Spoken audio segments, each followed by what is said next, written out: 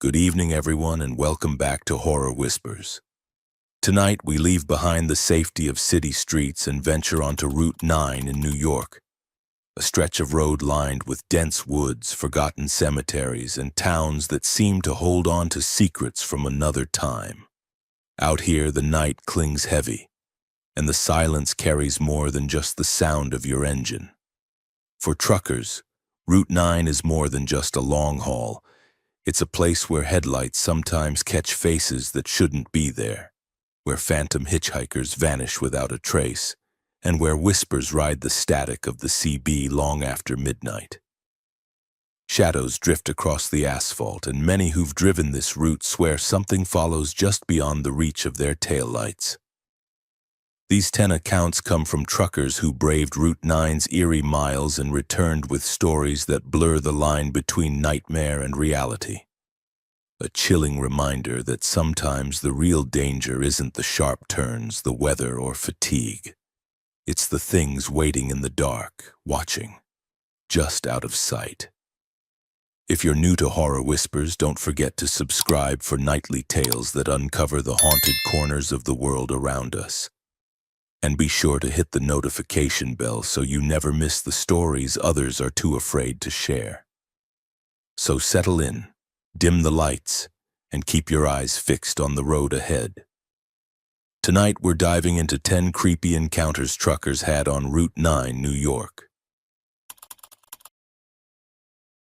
My name's Danny Rodriguez, and I've been hauling freight up and down the East Coast for 15 years. I've seen my share of weird stuff on the road, but nothing prepared me for what happened that October night in 2019 near Peekskill, right around mile marker 87 on Route 9. It was about 3:15 in the morning, and I was running a load of electronics from Jersey up to Albany. The weather had been clear all night. Hell, the forecast called for clear skies through the weekend. I remember checking it twice because I was pushing my hours and didn't want to deal with any delays. Route 9 can be tricky enough in daylight with all those curves hugging the Hudson River. I was making good time, probably doing about 55 in my Peterbilt 379, when out of nowhere this fog started rolling in. Now I've driven through plenty of fog in my time, but this was different. It came fast, real fast. One second I could see my headlights cutting through clear air for a quarter mile ahead, and the next second it was like someone had thrown a thick gray blanket over my windshield. I slowed down to maybe 25-30 miles per hour, put on my flashers and hugged the white line like my daddy taught me. That's when I heard it, the sound of tires screeching behind me. Not just a little screech like someone braking too hard, but the kind of sound you hear when someone's laying rubber trying to avoid a wreck. Long, loud, and desperate. I checked my side mirrors, but the fog was so thick I couldn't see anything behind me. Not even the glow of headlights. But that screeching sound kept getting closer, getting louder. It was like someone was right on my tail, their tires smoking against the asphalt, but I couldn't see a damn thing. My heart started pounding and I got on the CB. Breaker 19, this is Midnight Express. Anyone else hearing this screaming rubber near mile marker 87? Nothing but static. I tried again. Any drivers on Route 9 northbound? Got a situation with some kind of emergency behind me? Still nothing. The screeching was so loud now it was drowning out my engine noise. I swear it sounded like it was coming from inside my cab. I slowed down even more, thinking maybe I should pull over and let whatever was behind me pass. But just as I started to ease toward the shoulder, the sound stopped. Not faded away. Stopped. Like someone had just cut the audio. Then, as suddenly as it had appeared, the fog lifted. I'm not talking about slowly clearing up like normal fog does. I mean, it vanished in maybe 10 seconds. One moment I could barely see my own hood, and the next moment the road stretched out clear as day in front of me and behind me. Star-filled sky, full moon, perfect visibility. I checked my mirrors again. The road behind me was completely empty. Not one set of headlights, not one vehicle anywhere in sight. I could see for miles in both directions, and I was the only thing moving on that stretch of highway. I pulled over at the next rest area and called it in to the state police, thinking maybe someone had gone off the road behind me in that fog. The dispatcher was real professional about it, took down all my information, but when she asked me about the weather conditions, I started feeling foolish. She said there were no fog advisories that night, no weather systems moving through the area. According to her, visibility had been clear all evening. The next morning, I called the National Weather Service office in Albany. Same story. No fog reported anywhere in the Hudson Valley that night. Barometric pressure was steady, no temperature inversions, no conditions that would create sudden fog formation. But here's the thing that still gives me chills. 2 months later, I was having coffee at the Flying J in Newburgh, and I got to talking with this other driver, older guy named Pete, who'd been running Route 9 for 20-some years. When I mentioned what happened near mile marker 87, his face went white. "You heard the Peekskill screamer," he said, real quiet-like. "Same thing happened to me about 5 years ago. Same spot, same fog, same tires screeching." He told me that back in 1987, a trucker named Marcus Williams had been running a load of steel coils up to Albany when he hit a patch of fog near that exact spot. His rig jackknifed trying to avoid what he thought was another truck, and he went through the guardrail into the Hudson River. They never found his body, but they found skid marks on the road that stretched for over 200 feet. Pete said other drivers had reported the same thing over the years. Always the same spot, always around 3 a.m., always that fog that shouldn't exist and the sound of someone laying on their brakes fighting not to crash. I've driven past mile marker 87 probably 50 times since then, and it's been quiet.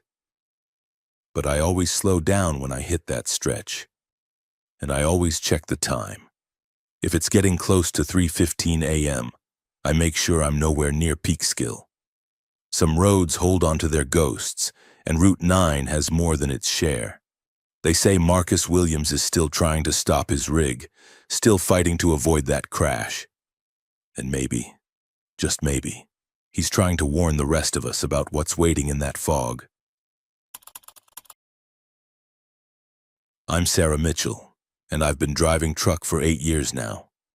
Started right after my divorce when I needed a fresh start and a way to see the country. Route 9 through the Hudson Valley became one of my regular runs, hauling produce from the farms upstate down to the markets in the city. It's beautiful country, especially in the fall, but there's something about driving it at night that always made me a little uneasy. This happened in March of 2021, right around mile 45, where Route 9 runs close to the Croton Reservoir. I was southbound with a load of apples from an orchard near Albany, running about 2 hours behind schedule because of a delay at the loading dock. It was 1:45 in the morning, and I needed to take my mandatory rest break. DOT regulations, you know. Can't drive more than 11 hours without at least a 10-hour break.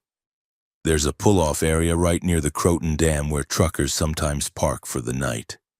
It's not an official rest area, but it's wide enough for a rig, and the view of the reservoir in daylight is pretty spectacular. I'd stopped there once before during the day to grab some lunch and stretch my legs. I backed my Freightliner into the space and shut her down. The silence hit me immediately. During the day, there's usually some traffic noise, maybe some boats on the reservoir if the weather's nice. But at nearly 2 a.m. on a Tuesday night in March, it was dead quiet. Just the sound of my engine ticking as it cooled down and the gentle lapping of water against the shore maybe 200 yards away. I had my logbook spread out on the passenger seat, updating my hours when I heard the first voice. It was faint, like someone calling from a distance, but I could swear I heard someone yell, "Help!" I looked up from my paperwork and rolled down my window to listen better. At first, there was just the sound of water and a light breeze moving through the bare trees. Then I heard it again, clearer this time. "Help us!" It was coming from the direction of the reservoir, and it sounded like a child's voice. I grabbed my flashlight and got out of the cab. The air was cold and damp, with that smell you get near large bodies of water. I walked to the edge of the pull-off where I could see the reservoir spread out below me. The moon was about half full, casting enough light to see the water's surface maybe a quarter-mile across to the far shore. That's when I heard more voices. Not just one anymore, but several. Adults and children all calling for help, all coming from somewhere out on the water. The sounds were echoing off the water in a way that made it hard to pinpoint exactly where they were coming from, but they were definitely out there. My first thought was that maybe there was a boat in distress, maybe someone had gone through the ice, though it hadn't been cold enough for ice in weeks. I called 911 on my cell phone. The dispatcher answered on the second ring. 911. What's your emergency? This is Sarah Mitchell. I'm parked near the Croton Reservoir on Route 9, and I can hear people calling for help from the water. She took down my location and stayed on the line while she dispatched the water rescue team from the local fire department. While we were talking, the voices got louder and more numerous. I could make out individual words now. Please help us. We're drowning. Don't leave us here. Ma'am, the dispatcher said, can you see any lights on the water? Any boats or debris? I scanned the reservoir with my flashlight, but the beam didn't reach very far over the water. No lights, no boats that I can see. But the voices are definitely out there. The fire department arrived about 15 minutes later. 2 trucks and a boat on a trailer. The chief, a guy named Murphy, walked over to where I was standing at the edge of the pull-off. He was professional and courteous, but I could tell he was skeptical. You reported voices calling for help from the reservoir. Yes, sir. Multiple people, sounded like adults and children. They were calling from somewhere out on the water. Chief Murphy and his team launched their boat and spent the next hour searching the reservoir with spotlights and sonar.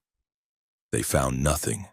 No boats, no people in the water, no debris, nothing.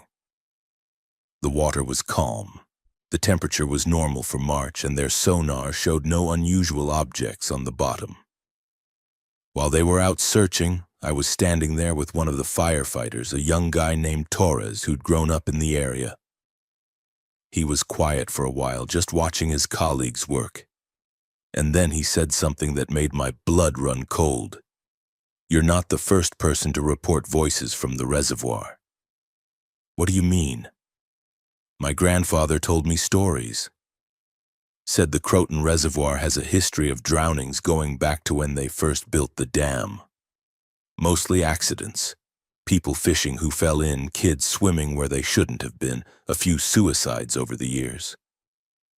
He always said you could hear their voices, on still nights, calling for the help that never came in time.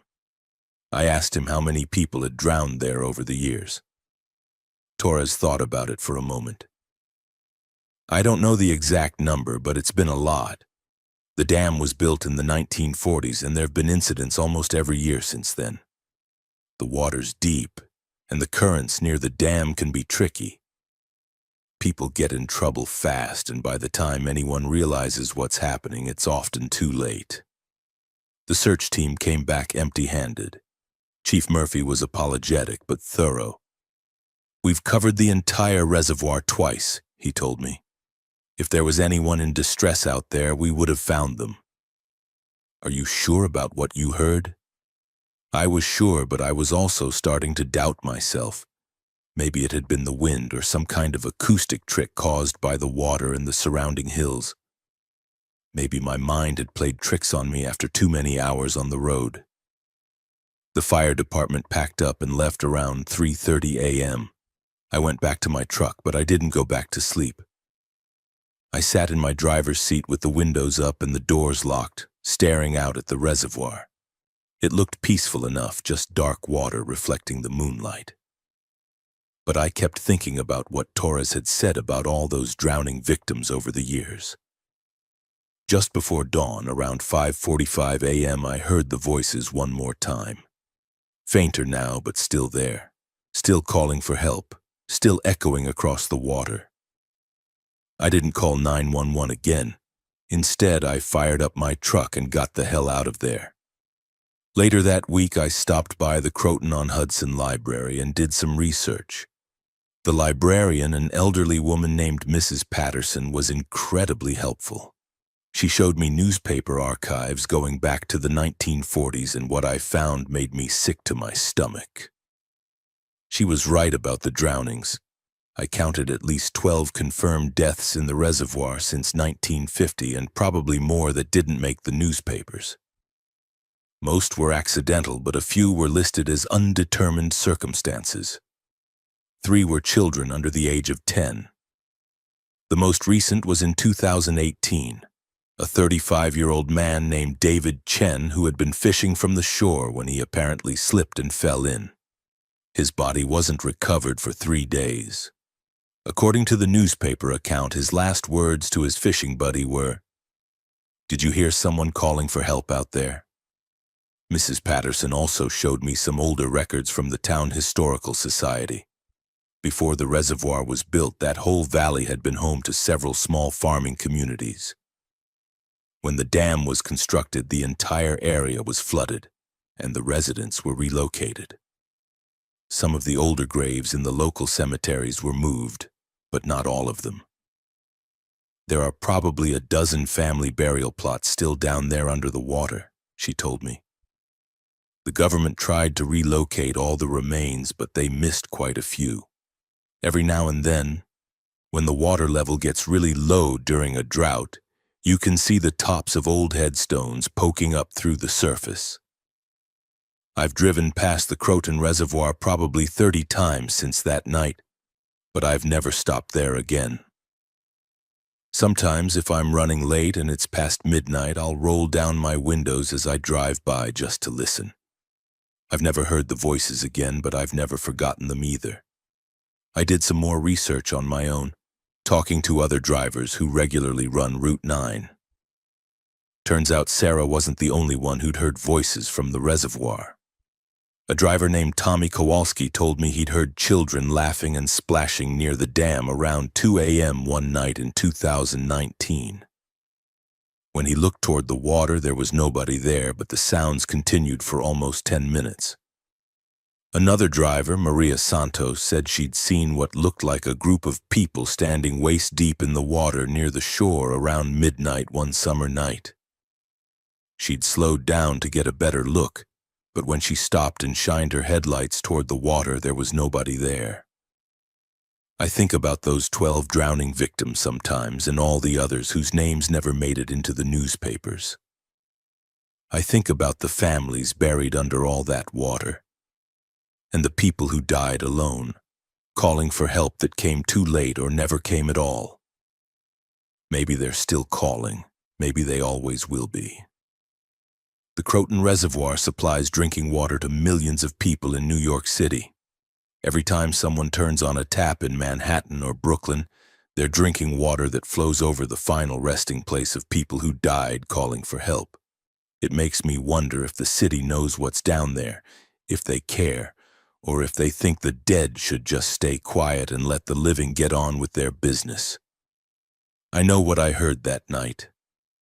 I know those voices were real.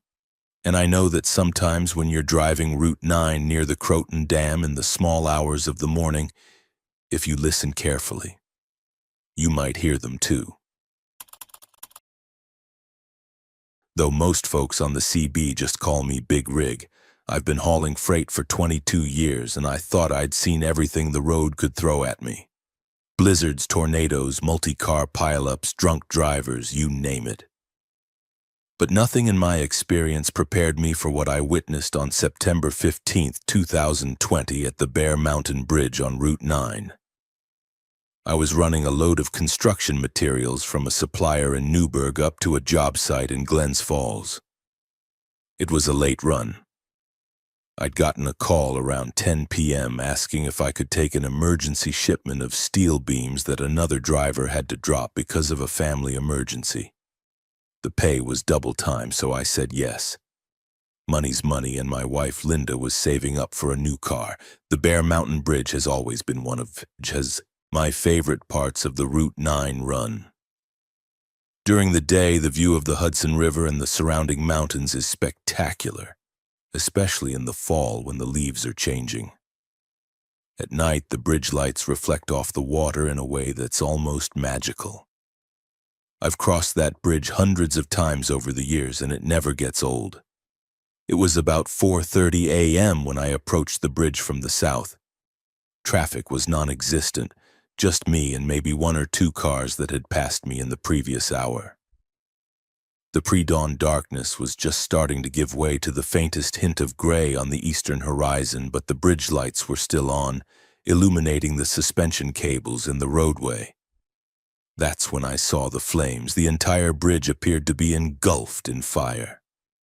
Not just a small fire, not just part of the bridge. The whole structure was blazing like a massive torch stretching across the Hudson River. Orange and red flames were shooting up from the roadway, wrapping around the suspension cables and reflecting off the water below. The heat was so intense I could feel it through my windshield from a quarter-mile away. I immediately got on the CB radio. "Mayday, Mayday, this is Big Rig on Route 9 southbound approaching Bear Mountain Bridge. The bridge is on fire. Repeat, the entire bridge is on fire. I need fire department and emergency services immediately." No response. I tried again. "Breaker 19, any drivers in the area, Bear Mountain Bridge is burning. Do not attempt to cross. This is an emergency situation." Still nothing but static. I slowed my rig to a crawl and reached for my cell phone to call 911. That's when I noticed something that made my brain struggle to process what I was seeing. There was a car coming toward me from the north side of the bridge. It was driving normally at what looked like highway speed right through the flames. As it got closer, I could see it was a late model sedan, maybe a Honda or Toyota, with what appeared to be a family inside. The car passed me without slowing down, the occupants looking perfectly normal, not like people who had just driven through an inferno. I watched it in my side mirror as it continued south on Route 9, its taillights disappearing around a curve. I stopped my truck about 200 yards from the bridge approach and called 911. 911, what's your emergency? This is Tom Patterson. I'm on Route 9 at the Bear Mountain Bridge, and the entire bridge is on fire. I need the fire department immediately. Sir, can you repeat that? You're saying the Bear Mountain Bridge is on fire? Yes, the whole structure is engulfed in flames. It's like a giant torch. I can feel the heat from here. The dispatcher was professional but clearly confused. Sir, I'm not showing any reports of a fire at the Bear Mountain Bridge. Are you sure about your location? I looked up at the bridge again. The flames were still there, still intense, still covering the entire structure. Ma'am, I'm looking right at it. The whole bridge is burning. How are you not getting other calls about this? Hold on, sir. I could hear her typing and talking to someone in the background. After about 30 seconds, she came back on the line. Sir, I've contacted the Bear Mountain Bridge Authority and the local fire departments. They're not reporting any incidents on the bridge. Are you sure about what you're seeing? That's when I noticed the second car. This one was approaching from my side, heading north toward the bridge. It was an SUV with a family inside. I could see kids in the back seat. I got out of my truck and started waving my arms, trying to flag them down. Stop! Don't cross the bridge! I was shouting as loud as I could. The bridge is on fire! The SUV slowed down, and the driver rolled down his window. He was a middle-aged guy with a confused expression on his face. What's wrong? He asked. I pointed toward the bridge. The bridge is on fire! Can't you see it? The man looked toward the bridge, then back at me with genuine concern. Sir, are you feeling all right? The bridge looks fine to me. I turned to look at the bridge again. From my perspective, it was still completely engulfed in flames. But this guy was looking at the same bridge and seeing something completely different. "You don't see any fire at all?" I asked. "No, sir. The bridge looks perfectly normal. Maybe you should sit down for a minute, get some water." The man drove away, crossing the bridge without any apparent concern. I watched his SUV travel across what, to me, looked like a structure that should have collapsed from the intense flames. But his vehicle made it across safely, just like the sedan before it. I stayed on the phone with the 911 dispatcher for another 20 minutes. During that time, 3 more vehicles crossed the bridge in both directions. To them, apparently, everything was normal. To me, the bridge continued to burn with an intensity that should have been visible for miles. The fire department arrived around 5:15 a.m., 2 trucks and a chief's car. Chief Rodriguez was a patient man who clearly thought he was dealing with someone having a medical emergency. "Mr. Patterson, I understand you reported a fire on the bridge." I pointed toward the structure, which was still blazing from my perspective. "Chief, I don't understand how you can't see it. The whole bridge is engulfed in flames." Chief Rodriguez looked toward the bridge, then back at me. "Sir, I've been fighting fires for 23 years. That bridge looks perfectly normal to me. Are you on any medications? Have you been drinking?" I hadn't been drinking, and the only medication I take is for high blood pressure. We went through all the standard questions. When was the last time I'd slept? Was I experiencing any chest pain or difficulty breathing, any history of hallucinations? All my answers were normal. The fire crew spent about an hour at the scene. They used thermal imaging cameras to check for hot spots on the bridge, tested the air for smoke or chemical traces, and even sent a team across the bridge to inspect it from the other side. They found nothing unusual. But from where I was standing, the bridge continued to burn. Around 6:30 a.m., as the sun was coming up, the flames began to fade. Not all at once, but gradually, like someone was slowly turning down the intensity. By 7 a.m., the bridge looked normal to me too. Just another suspension bridge crossing the Hudson River on a September morning. Chief Rodriguez suggested I see a doctor, and honestly, I was starting to think that might be a good idea. But before I left, I asked him if there had ever been any serious fires on the Bear Mountain Bridge. "Not that I know of," he said. "But let me check with some of the older guys back at the station." He called me later that afternoon. "Tom, I talked to retired Chief Sullivan, who's been around since the 1970s. He said there was a major construction accident during the bridge renovation in 1923 before it was completed. A fire broke out in the temporary structures they were using, and 3 workers were killed. But that was almost 100 years ago, and it happened during construction, not after the bridge was finished. I did my own research when I got home. The Bear Mountain Bridge was completed in 1924, but there had indeed been a serious fire during construction in late 1923. The accident happened around 4:30 a.m. when a welder's torch ignited some scaffolding materials. The fire spread quickly through the temporary wooden structures surrounding the bridge towers. 3 men died: James O'Brien, Michael Kowalski, and Antonio Santos. They were working the night shift, trying to finish the project before winter weather set in. According to the newspaper accounts from 1923, the fire was so intense it could be seen from miles away, reflecting off the Hudson River and lighting up the sky. It took nearly 4 hours to extinguish, and the heat was so severe it warped some of the steel beams that were already in place.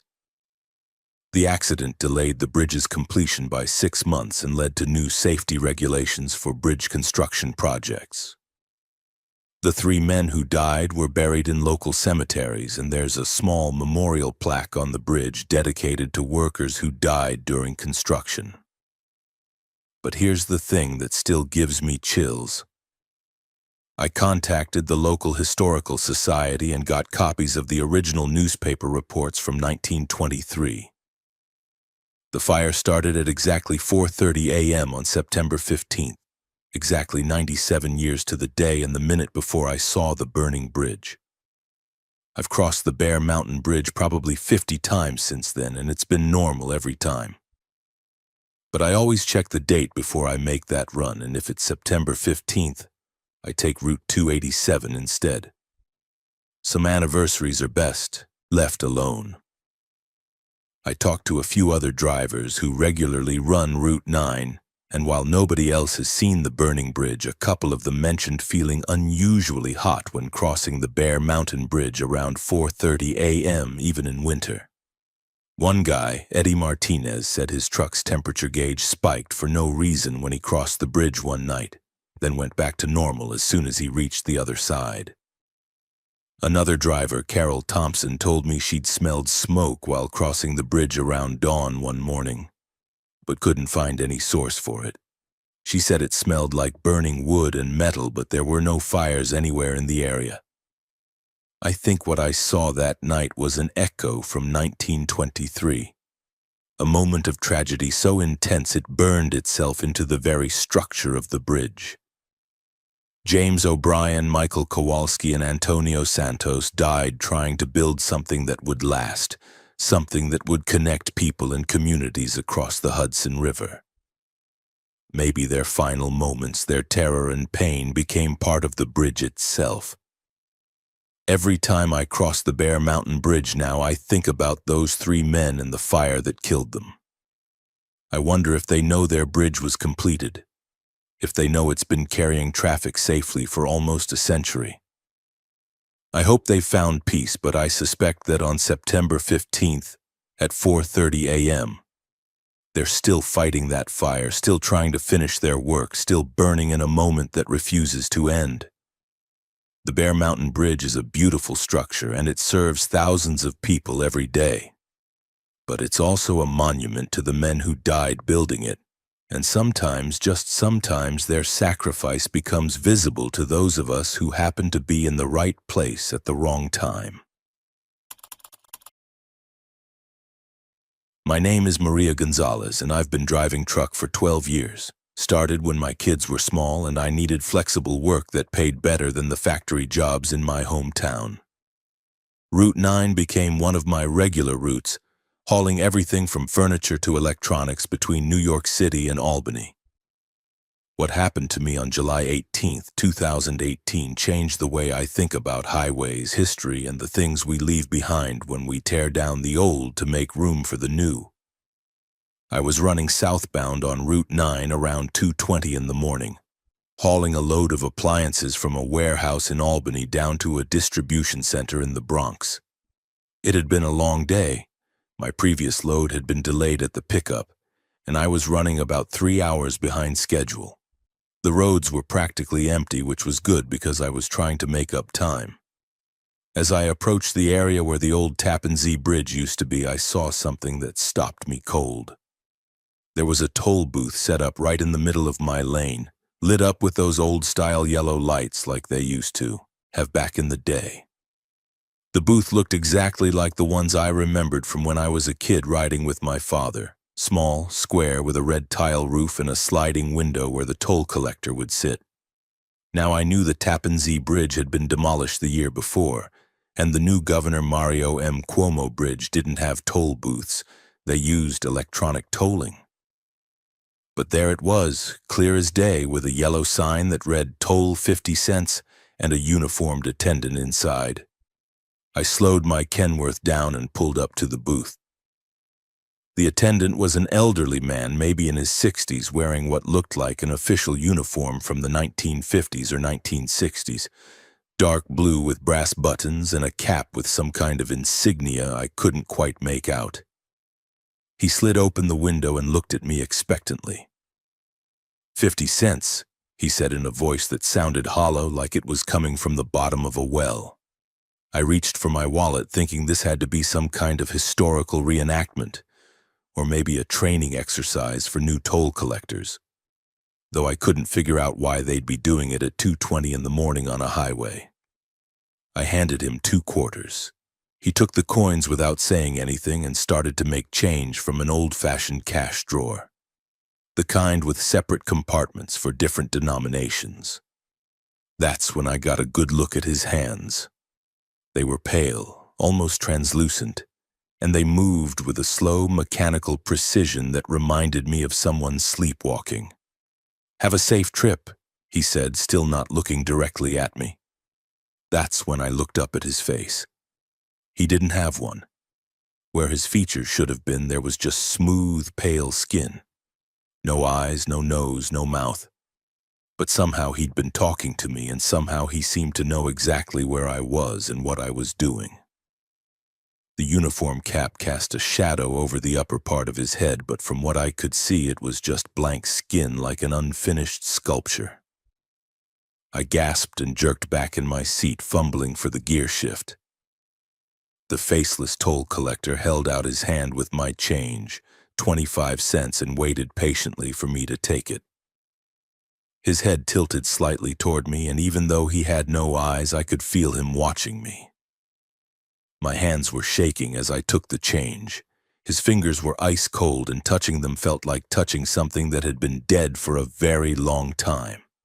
I threw my truck into gear and accelerated away from the toll booth as fast as I could without jackknifing my trailer. I kept checking my side mirrors as I drove away, and for about a quarter mile I could still see the yellow lights of the toll booth behind me. Then I went around a curve, and when I looked back, there was nothing there. Just empty highway stretching back toward the bridge. I pulled over at the next rest area and sat in my cab for 20 minutes trying to figure out what had just happened. I still had the 25 cents in change clutched in my fist, 2 dimes and a nickel that felt normal and looked normal, except they were all dated 1967. The next morning I drove back to the spot where I'd encountered the toll booth. There was nothing there. No booth, no foundation, no evidence that anything had ever been built on that stretch of highway. Just the regular roadway with standard lane markings and a guardrail overlooking the Hudson River. I called the New York State Thruway Authority to ask about the toll booths that used to be on the old Tappan Zee Bridge. The woman I spoke with was helpful but confused by my questions. All the toll booths from the old bridge were removed when it was demolished, she told me.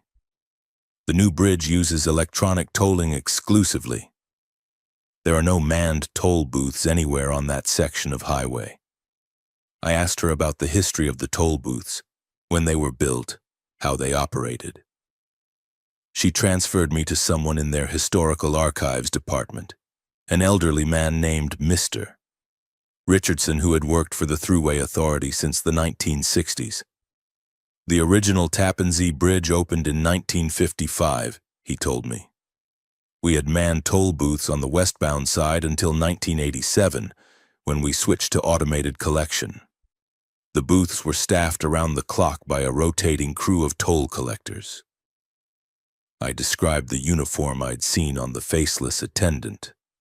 Mr. Richardson confirmed that it matched the standard uniform worn by toll collectors in the 1950s and 1960s. "Do you have records of the people who worked in those booths?"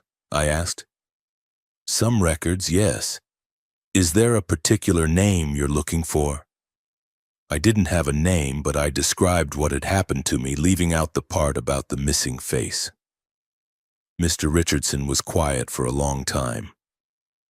"Ma'am, this might sound strange, but you're not the first person to ask about encounters with toll collectors on that stretch of highway.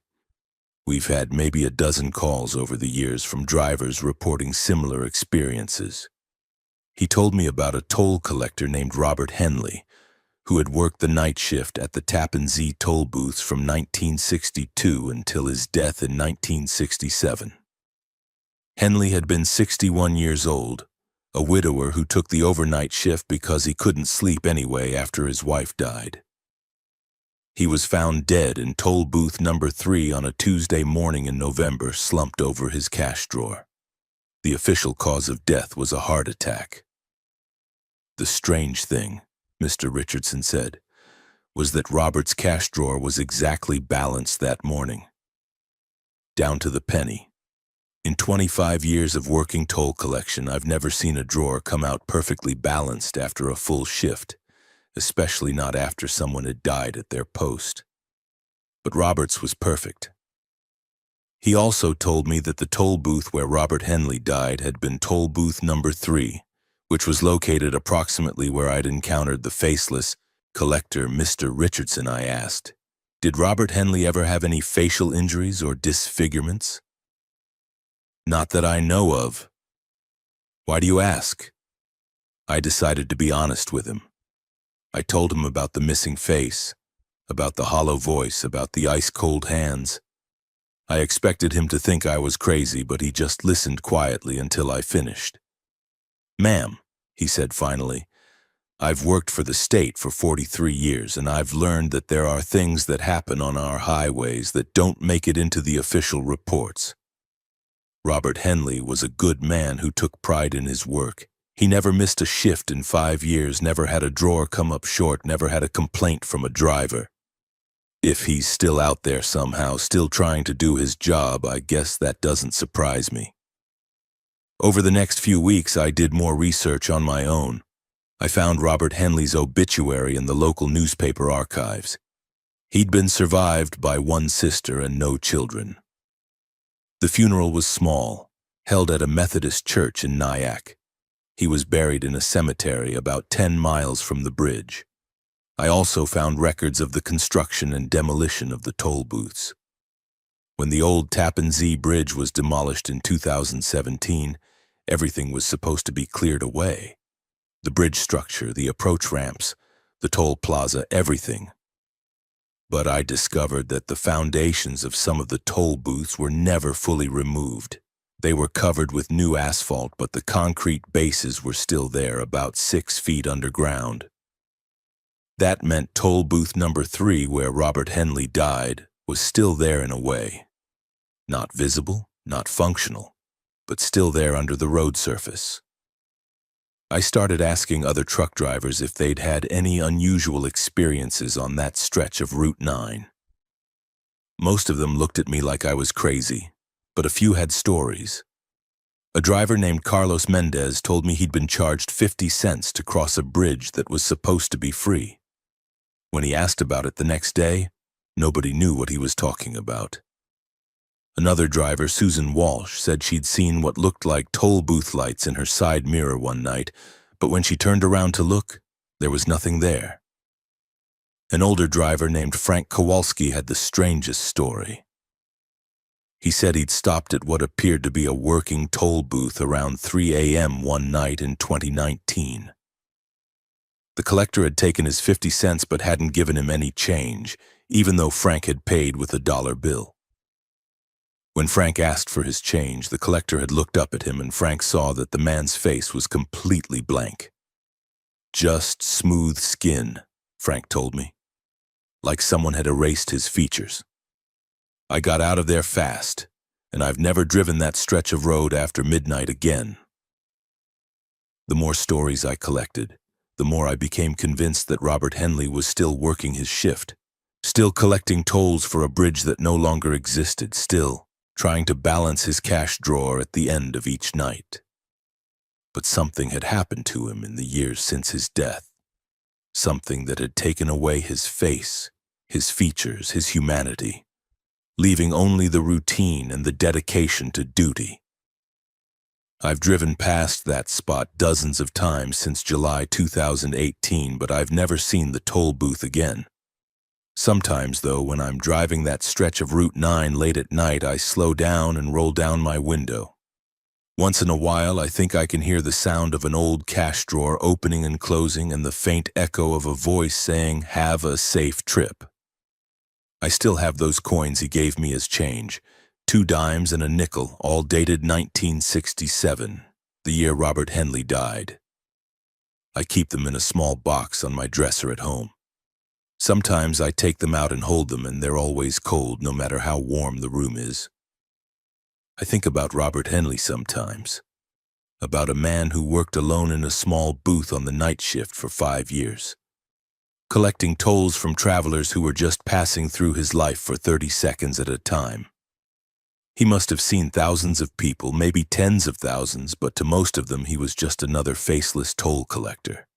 part of the infrastructure they barely noticed. Maybe that's what happened to him. Maybe after 40-plus years of people looking through him instead of at him, he gradually faded away until there was nothing left but the job itself. Maybe he's still out there, still trying to serve the travelers on Route 9, still taking pride in keeping his cash drawer balanced even though nobody sees him anymore. The new bridge is supposed to be more efficient, more modern, better for traffic flow. But sometimes efficiency comes at a cost. Sometimes when we tear down the old to make room for the new, we leave behind pieces of people's lives, pieces of their purpose and their identity. Robert Henley spent the last 5 years of his life in that toll booth, working nights, serving travelers, doing his job with quiet dignity until the day he died at his post. Maybe it's not so strange that part of him is still there, still working, still serving, even if we can't see his face anymore. The next time you drive through an automated toll plaza, think about the people who used to work there, who used to look each driver in the eye and wish them a safe trip. They were part of the human connection that made traveling feel less lonely, less anonymous. When we replaced them with machines, we gained efficiency, but we lost something too. And maybe sometimes what we lost doesn't go quietly into the past. Maybe it lingers, still trying to do the job, still trying to serve, still reaching out to make that human connection, even when humanity itself has faded away. Jake Morrison here, and I've been driving truck for 9 years, mostly running loads, between Philadelphia and Boston. Route 9 through New York isn't my usual route, but sometimes dispatch throws you a curveball, and you take what pays the bills. December 22nd, 2019 was supposed to be a simple run. I was hauling a load of Christmas decorations from a warehouse in Poughkeepsie to a big box store in Worcester, Massachusetts. The pickup had taken longer than expected. The forklift had broken down and they'd had to load my trailer by hand, so I was running about 4 hours behind schedule. It was already 11:30 p.m. when I finally got rolling north on Route 9. The weather was cold but clear, with just a light dusting of snow on the shoulders of the highway. My Peterbilt was running smooth. The load was secure, and I figured I could make up some time on the empty roads. I'd driven through the night plenty of times, and I actually preferred it to dealing with daytime traffic. But by the time I hit mile 34 just south of Tarrytown, I was in trouble. My fuel gauge was showing less than a quarter tank, which meant maybe 60 miles of range left, and my GPS was telling me the nearest truck stop was 75 miles ahead. To make matters worse, my electric APU had been acting up, so I'd been running the engine to keep the cab warm, which burned fuel faster. I was starting to do the math in my head. Could I make it to the next fuel stop? Or was I going to end up stranded on the highway on December 22nd with a load of Christmas decorations and no way to keep my engine from freezing? That's when I saw the lights. Off to my right, maybe a quarter mile ahead, I could see the glow of what looked like a fully operational truck stop. Big bright lights, the kind you can see from miles away. There were several tractor trailers parked in the lot, and I could make out the distinctive blue and white sign of what appeared to be a major truck stop chain. I checked my GPS again. It still showed no truck stops in the area, but GPS isn't always perfect, especially with new construction or recently reopened locations. Maybe this was a place that had just come back online after renovations, or maybe it was too new to be in the mapping system yet.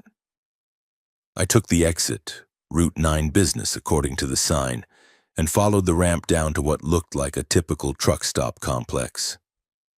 It was bigger than I'd expected, with maybe 20 parking spots for semis and a large building that housed the usual amenities. Convenience store, restaurant, showers, and fuel islands.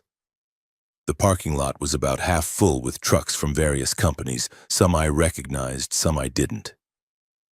All the trucks looked well-maintained, but somehow old-fashioned, like they were from the 1980s or early 1990s. Peterbilts, Kenworths, Freightliners, but all with that boxier styling from before the aerodynamic revolution hit the trucking industry. I pulled up to the diesel island and shut down my engine. The fuel pumps were the older mechanical type with physical numbers that rolled over, not the digital displays you see everywhere now.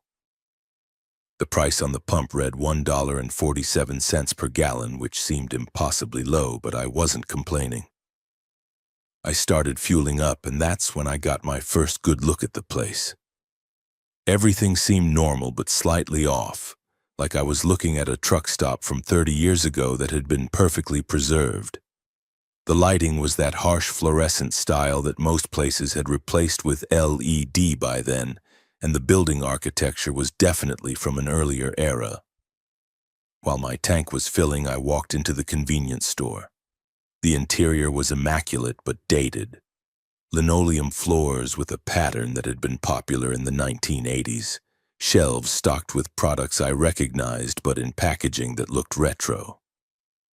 The clerk behind the counter was a middle-aged woman with gray hair pulled back in a bun, wearing a uniform that seemed to match the vintage aesthetic of the place. "Evening," she said with a smile that seemed genuine. "Cold night to be on the road." "Yes, ma'am, but the truck stop business doesn't stop for weather," I replied. "Been open long. This place isn't on my GPS." "Oh, we've been here quite a while," she said. "Family-owned operation. We cater to the professional drivers, the ones who remember when trucking was more than just moving freight from point A to point B." I bought a coffee and a sandwich, paid cash, and got a receipt that was printed on the old-style dot matrix paper that I hadn't seen in years. The coffee was good, better than most truck stop coffee, and the sandwich was fresh. Real food, not the prepackaged stuff you usually find at highway stops. Back at my truck, I finished fueling and went inside the main building to use the restroom and maybe grab a shower. The driver's lounge was comfortable and clean with vinyl furniture and wood paneling that reminded me of my grandfather's basement rec room. There were maybe a dozen drivers sitting around reading magazines, watching an old television that was showing what looked like a sitcom from the 1980s. I tried to strike up a conversation with a few of the drivers, but they seemed oddly uninterested in talking.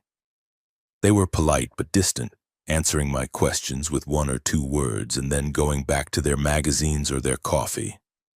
One guy was reading a trucking magazine that, when I glanced at the cover, appeared to be from 1987.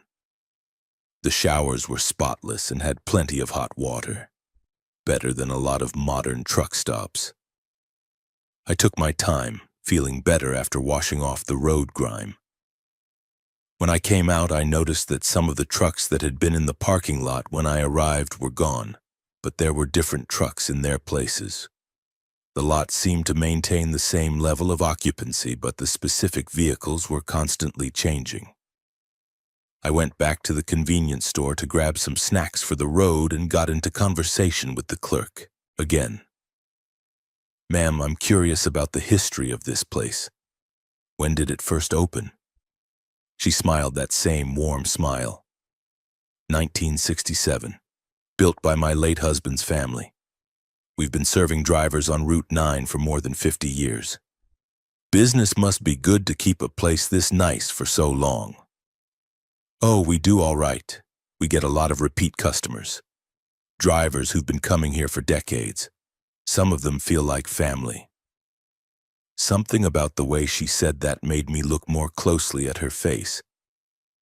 She appeared to be in her 50s or 60s, but her eyes looked older, much older, like she'd seen more years than her face suggested. I paid for my snacks and headed back to my truck. It was now about 1:30 a.m. and I wanted to get back on the road. I had enough fuel to reach my destination with plenty to spare. I felt refreshed from the shower, and the coffee had me alert and ready to drive. But as I was doing my pre-trip inspection, walking around my truck to check the tires and lights, I started to feel drowsy.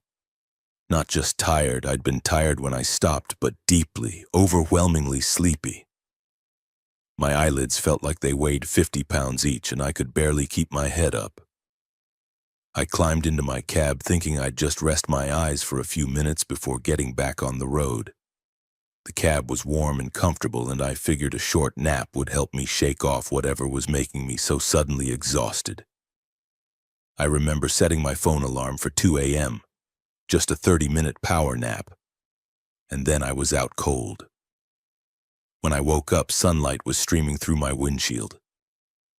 According to my phone, it was 6:45 a.m. I had slept for more than 5 hours, which was completely unlike me. I never sleep that deeply in a truck cab, especially not in an unfamiliar location. But when I looked around, I wasn't at the truck stop anymore. My truck was parked in the middle of an empty field. Not a parking lot, not a rest area, a field. There was snow on the ground, and I could see tire tracks leading to where my truck sat, but there was no building, no fuel pumps, no other trucks. Just an open field with some bare trees and a rusted chain-link fence along what appeared to be Route 9 about 100 yards away. I got out of my cab and looked around in complete confusion. There were no structures anywhere in sight, no foundations, no evidence that any kind of building had ever been there. The ground was level, but it was clearly undeveloped land that had been empty for years. My fuel tank was full. That part hadn't been a dream, and I still had the receipt from the fuel purchase, though when I looked at it in daylight, the paper was yellowed and brittle, like it was decades old rather than hours old. I fired up my truck and used the GPS to figure out where I was. According to the satellite view, I was in an empty field about a quarter mile from Route 9 near mile marker 34. The GPS showed no truck stops in the area, no businesses, no nothing. Just empty land that was zoned for agricultural use. When I got back to Route 9, I looked for the exit I'd taken to get to the truck stop. There was no exit. The highway ran straight through that area with no off-ramps, no access roads, no way to get from the highway to the field where I'd found my truck. I called dispatch to report my location and let them know I'd be a few hours late with the delivery. My dispatcher, a guy named Tony who'd been with the company for 15 years, asked me where I'd stopped for fuel. Some independent truck stop near Tarrytown, I told him. Jake, there are no truck stops on that stretch of Route 9.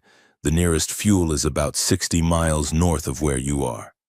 I checked my credit card statement online. There was no charge for fuel from the previous night. According to my bank, I hadn't used my card anywhere after 4 p.m. the previous day. But I had a full tank of fuel and a receipt that shouldn't exist. When I got home the following week, I did some research on truck stops that used to operate along Route 9. I found some historical records at the local library, and what I discovered made my blood run cold. There had been a truck stop at approximately mile 34 on Route 9. Morrison's Travel Plaza, and yes, the name similarity to my own last name was unsettling. It had been built in 1967 by a family named Morrison, no relation to me as far as I could determine, and had operated successfully for 20 years. The truck stop had been popular with long-haul drivers, known for its good food, clean facilities, and reasonable prices. It had been family-owned and operated, with the original owners living in an apartment above the main building. In December of 1987, there had been a carbon monoxide leak in the building's heating system. The leak had been slow and undetected, and over the course of several days it had affected everyone in the building.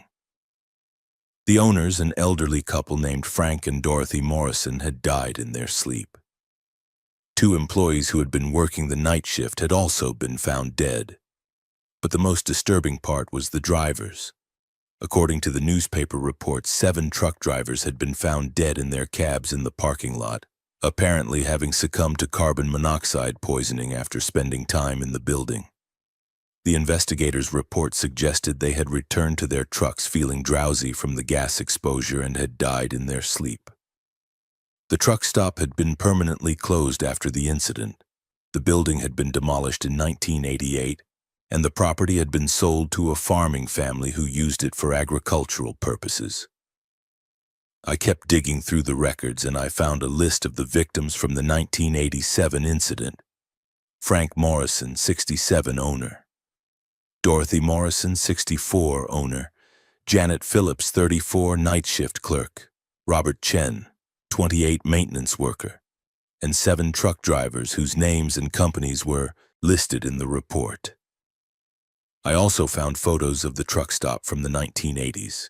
It looked exactly like the place I'd stopped at in 2019. Same building design, same layout, same blue and white signage. But the most chilling discovery was a photo of Dorothy Morrison, the owner's wife, who had been working as a clerk the night of the incident. The woman in the 1987 newspaper photo looked exactly like the clerk I'd talked to. The same face, the same gray hair, the same warm smile. I started reaching out to other drivers, asking if anyone had ever stopped at a mysterious truck stop on Route 9 near Tarrytown. Most people thought I was crazy, but I found 3 other drivers who had similar experiences, all within the last 5 years. A driver named Pete Kowalski said he'd stopped there in 2017, got fuel and food, took a shower, and woke up in an empty field with no memory of how he'd gotten there. Same story. Full fuel tank, aged receipt, no credit card charges.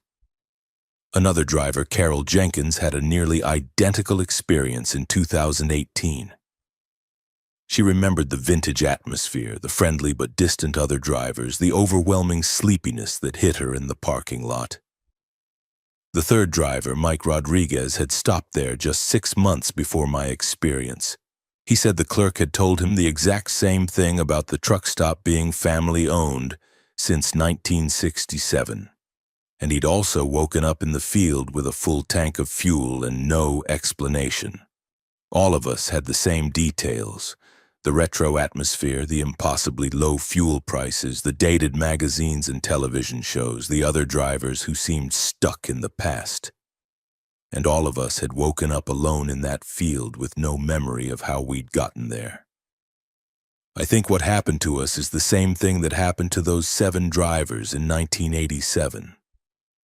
They'd stopped at Morrison's Travel Plaza, been affected by the carbon monoxide leak, returned to their trucks feeling drowsy, and died in their sleep. But maybe for some of us the outcome was different. Maybe we were able to wake up to break free from whatever was holding us there.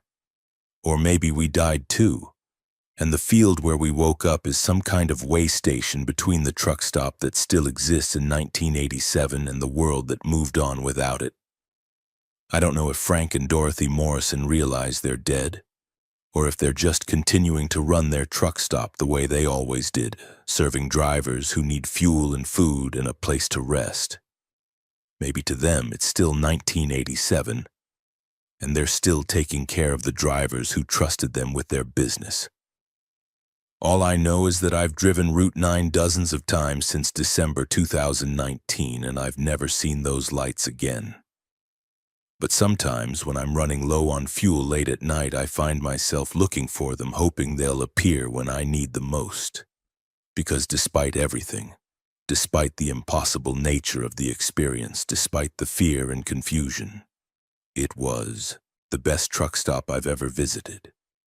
The fuel was cheap, the food was good, the facilities were clean, and the people were genuinely kind.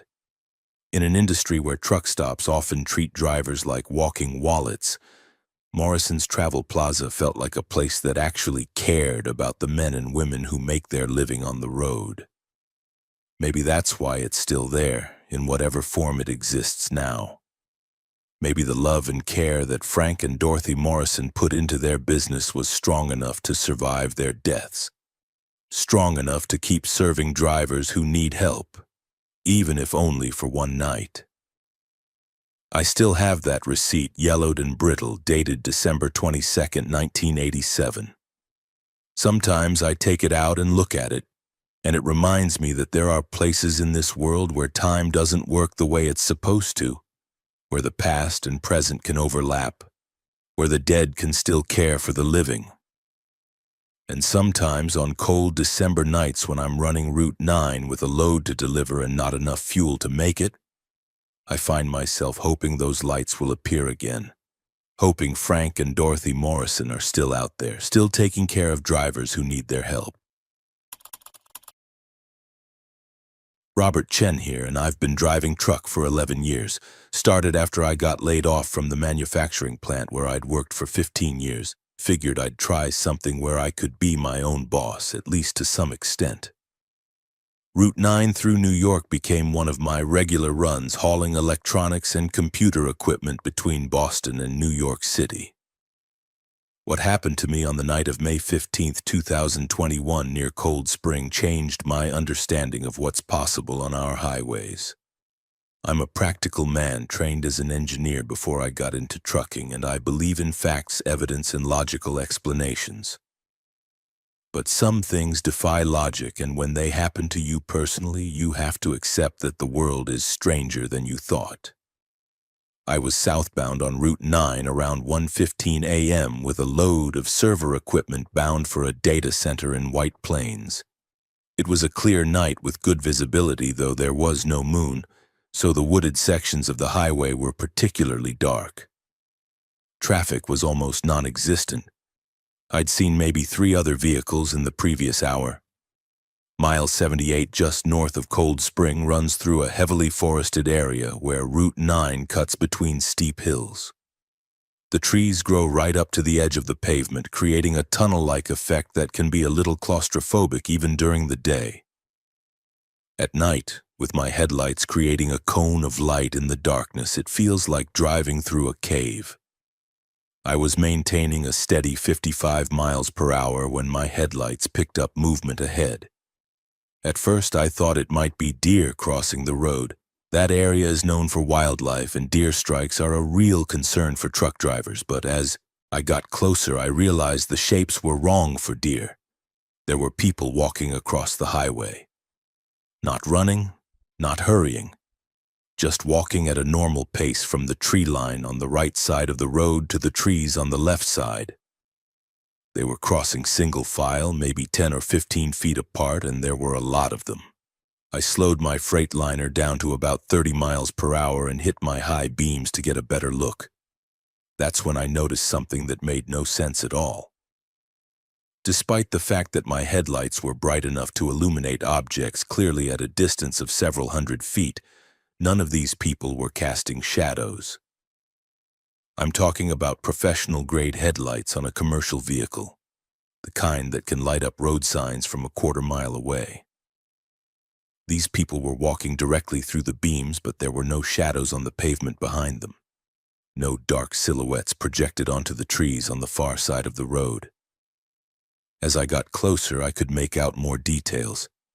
They appeared to be dressed in clothing from different eras, some in what looked like modern casual wear, others in styles that seemed decades older. Men, women, children, all ages, all walking with the same measured pace, all completely silent. I counted at least 20 people, maybe more, all crossing from east to west. They didn't seem to notice my truck approaching, didn't look in my direction, didn't react to my headlights or the sound of my engine. They just kept walking with a purpose and destination I couldn't understand. I slowed down even more to maybe 15 miles per hour, thinking I'd wait for them to finish crossing before I continued. But as the first few figures reached the center line of the highway, something impossible happened. They walked right through my truck. I felt them pass through the cab, a sensation like cold air moving past me, but more than that. For a few seconds, the temperature in my cab dropped by what felt like 20 or 30 degrees. I could see my breath fogging in the sudden cold, and I felt a tingling sensation on my skin, like the air just before a thunderstorm. I stopped my truck completely and sat there as figure after figure walked through my cab, my trailer, my entire rig like we weren't there. Each one brought that same burst of cold air, that same electrical feeling. I tried to get a good look at their faces, but they seemed indistinct, blurred, like I was looking at them through frosted glass. The procession continued for maybe 5 minutes. I stopped counting after 30 people, but there might have been 50 or more, Men in work clothes that looked like they were from the 1930s or 1940s, women in dresses from various decades, children wearing clothing I couldn't identify by era, but that definitely wasn't contemporary. None of them acknowledged my presence. None of them looked at me or reacted to my truck in any way. They just kept walking with that same steady, purposeful pace, disappearing into the trees on the west side of the highway. When the last figure vanished into the woods, the temperature in my cab returned to normal, and the electrical feeling in the air dissipated. I sat there for several more minutes, engine idling, trying to process what I'd just experienced. I got out of my cab and walked around my truck looking for any evidence of what had happened.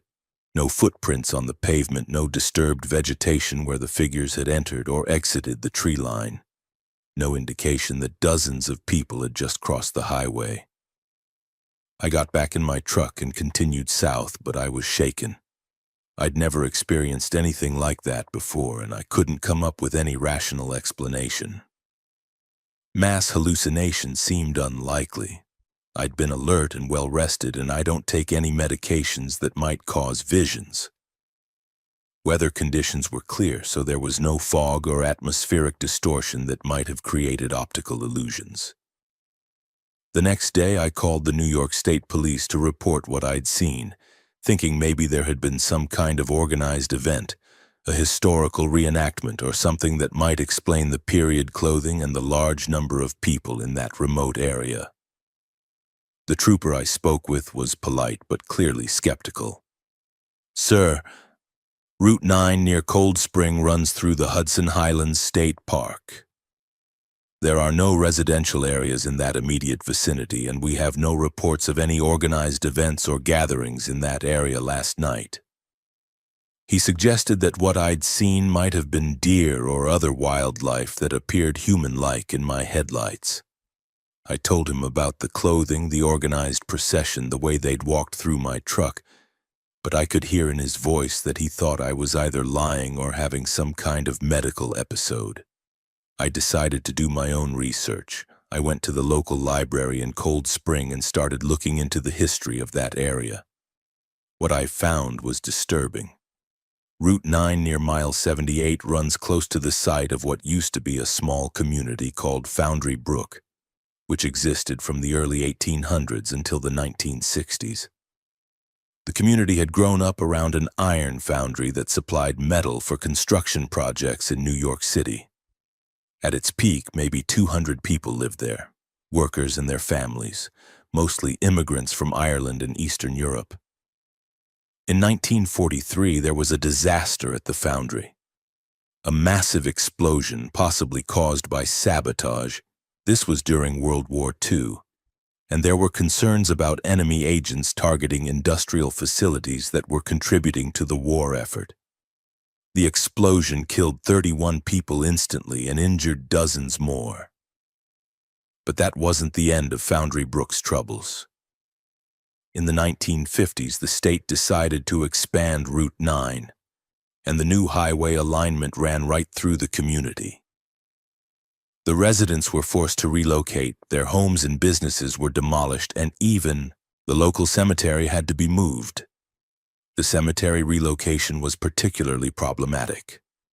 According to the records I found, the state was supposed to move all the graves to a new location, but the project was rushed and underfunded. Some families couldn't afford to move their relatives' remains, and others couldn't be located to give permission. An unknown number of graves were simply paved over when the highway was built. I also found records of other incidents in that area over the years. In 1967, a family of 4 died in a car accident at Mile 78 when their vehicle went off the road and hit a tree. In 1973, 2 teenagers were killed in a motorcycle crash at the same location. In 1985, a pedestrian was struck and killed while trying to cross the highway at night. But the most relevant information came from talking to longtime residents of Cold Spring. I found an elderly man named William McCready whose family had lived in the area for 4 generations. His grandfather had worked at the foundry and had survived the 1943 explosion. "Oh, you've seen the procession," he said when I described my experience. My grandfather used to talk about that. Said the people who died in the explosion and all the folks whose graves got paved over when they built the highway, they still walk that route every now and then. McCready told me that his grandfather believed the dead from Foundry Brook were trying to get back to where their community used to be, back to where they belonged before the highway cut through their world. Granddad said they walk from where the old cemetery was on the east side of the road to where the town center used to be on the west side.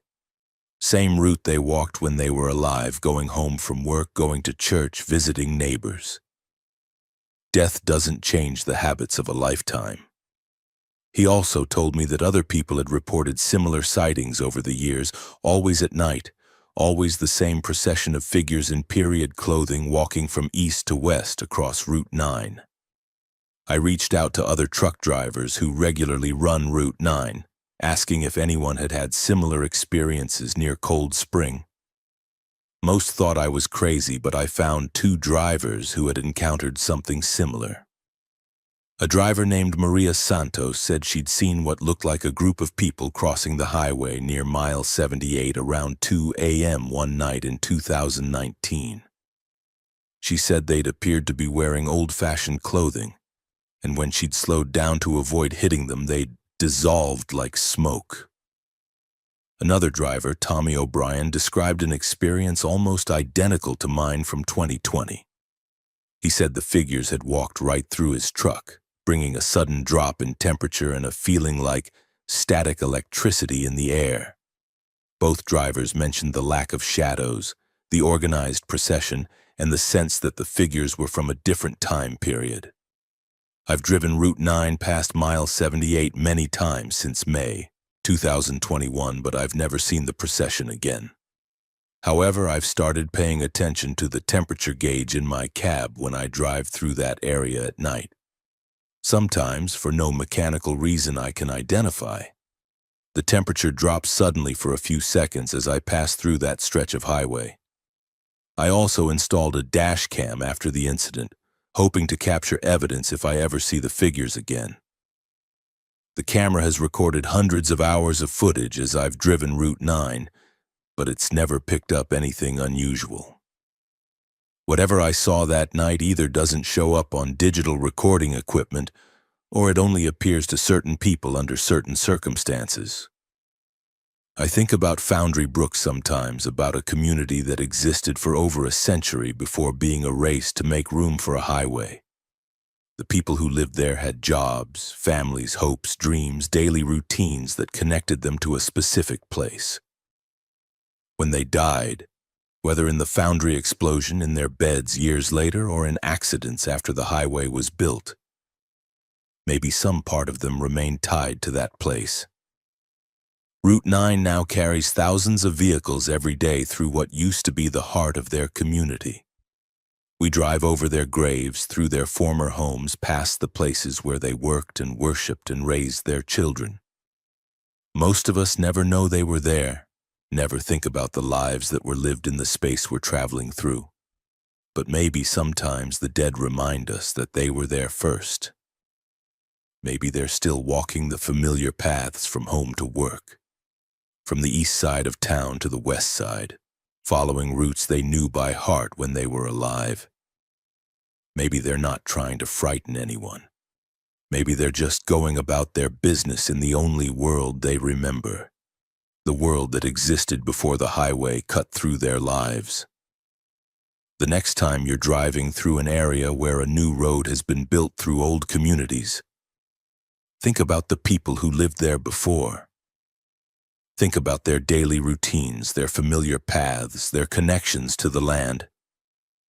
When we build highways through established communities, we gain convenient transportation, but we lose something too.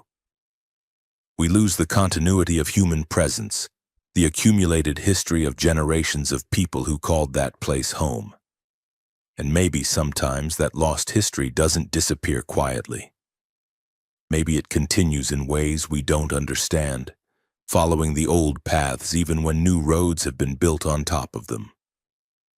maybe the dead of Foundry Brook are still walking home from work, still visiting neighbors, still following the routes that connected their community long after the community itself has vanished.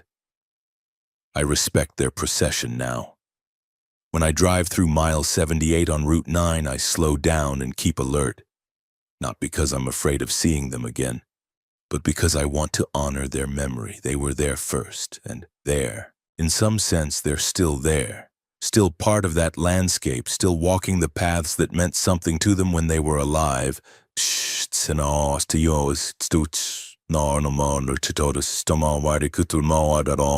Story number 7. The Phantom Convoy at Midnight. Eddie Williams here, but everybody on the CB knows me as Moondog. I've been driving truck for 16 years, mostly long-haul runs across the country, and I've got more road stories than most drivers collect in a lifetime. But what happened to me on Route 9 in August of 2020 is the one story that still gives me chills every time I tell it. I was running a load of automotive parts from Detroit to a plant in Connecticut, taking Route 9 through New York because I-95 was backed up with construction delays. It was August 23rd, a Sunday night, and I was making good time with light traffic. I'd been pushing hard to make up for a delay at the pickup, and by the time I hit the long straight stretch between mile 56 and mile 62, it was coming up on midnight. That section of Route 9 is perfect for making time if you're running empty or with a light load. 6 miles of straight level highway with good sight lines and usually very little traffic. I was running about 65 miles per hour in my 2018 Peterbilt 579, making steady progress toward my delivery appointment the next morning. That's when I saw the headlights in my mirrors. At first, it looked like a normal convoy situation, several trucks running together for safety, company, or just because they happened to be going the same direction at the same speed. I could see maybe 6 or 7 sets of headlights behind me, all maintaining the same following distance, all keeping perfect formation. I wasn't surprised. Convoys form naturally on long highway runs, especially at night when there's less traffic and drivers can maintain consistent speeds. It's actually safer. If there's an accident or breakdown, you've got other drivers right there to help. Plus, there's something comforting about having company on those long, dark stretches of highway. But as the convoy got closer, I started noticing things that didn't seem right. All the trucks appeared to be identical, classic Peterbilt 359s from the 1970s, the kind with the long hoods and the distinctive grille design that truck drivers still consider the most beautiful semi ever built. But these weren't restored classics or show trucks. They looked like working trucks from 40 years ago, complete with the wear and patina you'd expect from decades of hard use. More strange was the fact that I couldn't see any company logos or identifying marks on any of the trucks. Most commercial vehicles are covered with company names, DOT numbers, permit decals, and other markings required by law. These trucks were completely clean. No lettering, no numbers, no signs of what companies they worked for or what they were hauling. I tried to raise them on the CB radio. Breaker 19, this is Moondog to the northbound convoy behind me on Route 9. How about you, drivers? Static. Not just no response. Actual static, like the kind you get when there's electrical interference or atmospheric disturbance. I tried again. Convoy behind the white Peterbilt, this is Moondog. You guys running together? This time, instead of static, I heard voices, but they weren't responding to me. It sounded like fragments of conversations, numbers being called out, and what might have been dispatch communications. But the voices were faint and distorted, like they were coming from very far away or through some kind of filter. One voice was clearer than the others. A man with a deep, gravelly voice was calling out what sounded like mile markers. 58, 59, 60. But the way he said it was strange, like he was concentrating hard on something, like those numbers were critically important. The convoy was closing in on me now, and I could see them more clearly in my side mirrors. 7 trucks total, all identical 1970s Peterbilts, all maintaining perfect spacing and speed. They were running without running lights. No marker lights on the sides or backs of the trailers, no reflective tape, none of the safety equipment that's been required on commercial vehicles for decades. As the lead truck pulled alongside me in the left lane, I got my best look at the driver. He was wearing what appeared to be a vintage trucking uniform, the kind of shirt and cap that drivers wore in the 1970s before the industry became more casual. His face was shadowed by the brim of his cap, but I could see enough to tell he was an older man, probably in his 60s or 70s. He didn't look over at me, didn't acknowledge my presence at all. His hands were on the steering wheel, his posture was perfect, and he stared straight ahead with an intensity that suggested he was concentrating on something I couldn't see. One by one, the other trucks pulled alongside and passed me. Each driver was dressed the same way, each truck was identical, each driver maintained that same focused stare ahead. It was like watching a perfectly choreographed performance, but one that felt somehow urgent, like they were racing against time to reach some critically important destination. The convoy moved ahead of me and resumed formation. 7 trucks running in single file, perfectly spaced, maintaining exactly 65 miles per hour. I decided to follow them, curious about where they were going and what they were hauling. At the very least, I figured I could learn something about convoy techniques from drivers who clearly had it down to a science. For the next 6 miles, from mile 56 to mile 62, we ran together. The convoy maintained perfect speed and formation, never varying by so much as a mile per hour, never breaking formation even when the highway curved slightly. I tried several more times to raise them on the CB, but got only that strange static and the occasional fragment of distorted conversation. The voices I heard were talking about things that didn't make sense in context.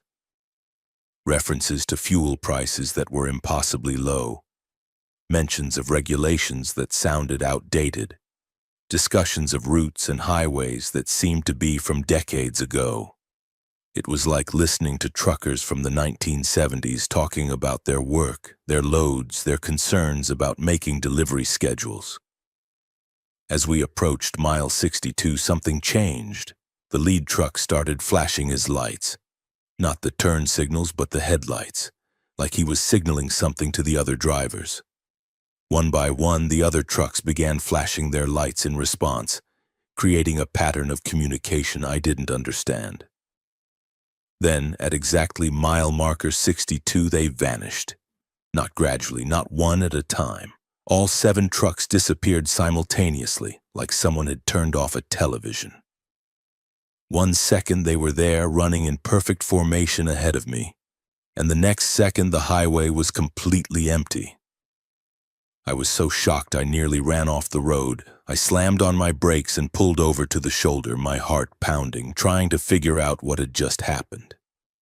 There were no exit ramps at mile 62, no side roads where 7 big rigs could have turned off. The highway continued straight ahead for miles, with clear visibility in both directions. I got out of my cab and walked around my truck looking for any evidence of what I'd just witnessed. No tire marks on the pavement, no diesel exhaust fumes in the air, no sound of trucks accelerating away. It was like the convoy had never existed. I got back on the CB radio and tried to raise any other drivers in the area. Breaker 19, this is Moondog on Route 9 northbound near mile 62. Did anybody else see that convoy that just disappeared? Over. This time I got a response. Moondog, this is Backwoods on I-84 eastbound. What convoy are you talking about, driver? 7 trucks, all identical, running in perfect formation. They just vanished at mile marker 62. There was a pause. Moondog, I've been monitoring channel 19 for the last hour, and you're the only driver I've heard on Route 9 tonight. Haven't seen any convoy anywhere in this area. I tried to explain what I'd witnessed, but even as I was talking, I realized how crazy it sounded. 7 identical trucks from the 1970s running in perfect formation and then disappearing into thin air. Even I would have been skeptical if another driver had told me that story. Over the next few days, I couldn't stop thinking about what I'd seen. I started doing research on Route 9, looking for any historical incidents that might explain a phantom convoy appearing on that specific stretch of highway. What I found was a tragedy that had been mostly forgotten except by the families of the victims. On August 23, 1977, exactly 43 years before my encounter, a convoy of 7 trucks had been involved in a catastrophic accident on Route 9 between mile 56 and mile 62. The trucks had been hauling chemicals for a manufacturing plant in Connecticut, running late due to delays at the loading facility. According to the accident report, the lead truck had suffered a brake failure while maintaining convoy formation at 65 miles per hour. The driver, a 67-year-old veteran named Frank Big Daddy Morrison, had tried to warn the other drivers using his headlights and CB radio. But the convoy was running so close together that when the lead truck began to lose control, the other 6 trucks couldn't stop in time. All 7 trucks had jackknifed and rolled over in a chain reaction accident that closed Route 9 for 3 days. While hazmat crews cleaned up chemical spills and investigators tried to determine what had gone wrong. All 7 drivers had been killed instantly. The accident had been front-page news in 1977, but it had been overshadowed by other events and largely forgotten over the years. The newspaper photos from 1977 showed the twisted wreckage of 7 identical Peterbilt 359s, all from the same trucking company, all hauling chemicals to the same destination. The drivers had been experienced professionals, all with clean safety records, all part of a company that prided itself on running tight convoys for efficiency and safety. Frank Morrison, the lead driver who had tried to warn the others when his brakes failed, had been driving truck for 35 years. The accident report noted that his last CB transmission had been a series of mile markers, 58, 59, 60. He'd been trying to tell the other drivers where the brake failure was happening, trying to give them precise location information so they could react appropriately. I also found the names of the other 6 drivers who had died in the convoy: Robert Chen, Michael Santos, William O'Brien, Thomas Kowalski, David Martinez, and Joseph Phillips. All experienced drivers, all trying to make a delivery on time, all following their lead driver with the trust and precision that convoy driving requires. The more I researched, the more convinced I became that what I'd seen on August 23, 2020, was the ghost of that 1977 convoy, still running Route 9, still trying to reach their destination, still following Frank Morrison's lead even in death. I reached out to other drivers who regularly run Route 9, asking if anyone had ever seen anything similar. Most thought I was crazy, but I found 2 drivers who had encountered something like what I'd experienced. A driver named Carol Washington told me she'd seen what looked like a convoy of vintage trucks on Route 9 near mile 60 around midnight one night in 2018. She said they'd been running without proper lighting and had disappeared when she'd tried to get closer. Another driver, Pete Rodriguez, described seeing ghost trucks in his mirrors on that same stretch of highway in 2019. He said they'd maintained perfect formation for several miles, then vanished without explanation. Both drivers mentioned the same details I'd noticed: identical vintage trucks, perfect formation, CB radio static with fragments of old conversations. I've driven Route 9 past mile 62 dozens of times since August 2020, but I've never seen the phantom convoy again. However, I always slow down and pay attention when I'm approaching mile marker 62 around midnight. Sometimes I think I can hear fragments of CB chatter from decades ago. Voices calling out mile markers, drivers trying to communicate in the final moments before disaster.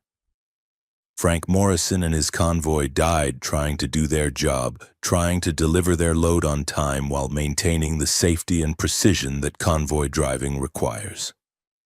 Maybe some part of them is still out there, still running Route 9, still following the routes and schedules that defined their working lives.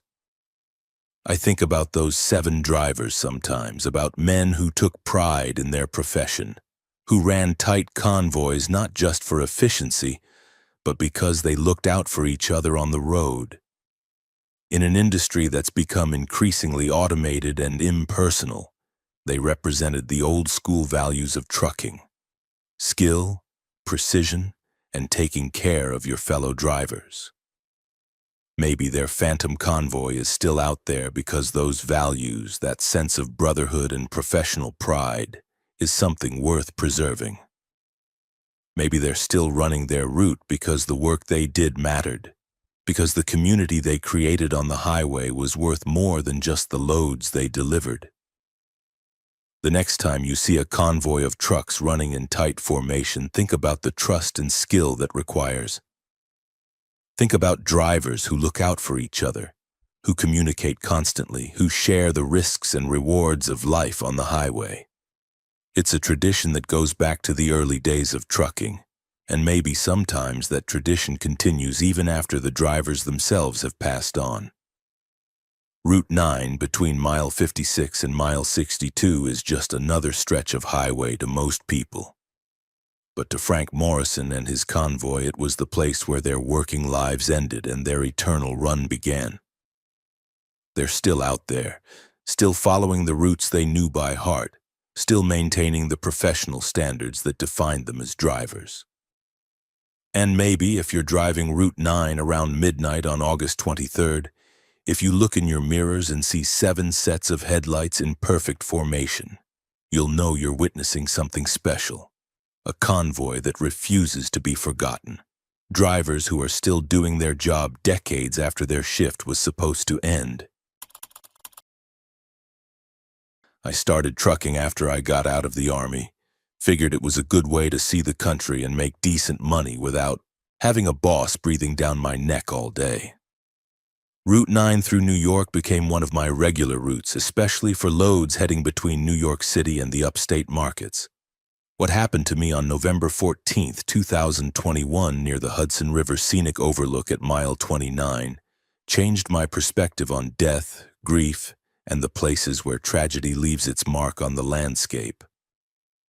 I was southbound with a load of furniture from a manufacturer in Albany, headed for a showroom in Manhattan. It was about 3:30 in the morning and I was making good time on empty roads. The weather was clear but cold. One of those late fall nights when you can feel winter coming, when the air has that sharp, clean quality that makes every light and shadow look more intense. I'd been pushing hard to make up for a delay at the loading dock, and my logbook was showing that I needed to take my mandatory rest break soon. DOT regulations require drivers to rest for at least 10 hours after 11 hours of driving, and I was approaching my limit. The scenic overlook near mile 29 is one of my favorite spots to take a break on the Route 9 run. During the day, it offers a spectacular view of the Hudson River and the Palisades on the other side. At night, you can see the lights of the towns along the river reflected in the water, and there's usually enough of a breeze off the river to keep the air fresh. I pulled my Freightliner into the parking area and shut down the engine. The silence was immediate and profound, just the sound of the wind moving through the bare trees and the gentle lapping of water against the shore maybe 50 yards below the overlook. I was updating my logbook and preparing to climb into the sleeper berth for a few hours of rest when I saw her. A woman was standing at the stone railing that separates the overlook from the steep slope down to the river. She was wearing a long white dress that seemed to glow in the darkness, and her long dark hair was moving in the breeze off the water. Even from a distance of maybe 75 yards, I could see that she was leaning forward against the railing, looking down at the river with what appeared to be intense concentration or distress. My first thought was that this was a suicide situation. The overlook is maybe 60 feet above the river and the slope below is steep and rocky. Someone could easily get hurt or killed falling from that height, and a woman standing alone at a scenic overlook at 3:30 in the morning was definitely cause for concern. I grabbed my flashlight and got out of my truck. The November air was cold enough that I could see my breath, and the woman at the railing was wearing just that white dress with no coat or jacket. She had to be freezing, but she didn't seem to notice the cold. "Ma'am," I called out as I approached. "Are you all right?" She didn't respond, didn't turn around, didn't give any indication that she'd heard me. She continued leaning against the railing, staring down at the river with that same intense focus. I got closer, maybe 20 feet away, and called out again. "Miss, it's pretty cold out here. Do you need help? Do you have a car broken down somewhere?" Still no response. I could see her more clearly now. She appeared to be a young woman, maybe in her 20s or early 30s, with pale skin and dark hair that fell almost to her waist. The white dress she was wearing looked formal, like a wedding dress or evening gown, but it was old-fashioned in style, like something from decades ago. That's when I noticed she was crying. Not sobbing or making any sound, but tears were streaming down her face and her whole body was shaking with what appeared to be grief or despair. "Ma'am, please talk to me," I said, moving closer. "Whatever's wrong, we can work it out. You don't have to be out here alone in the cold." I was about 10 feet away when she finally turned around.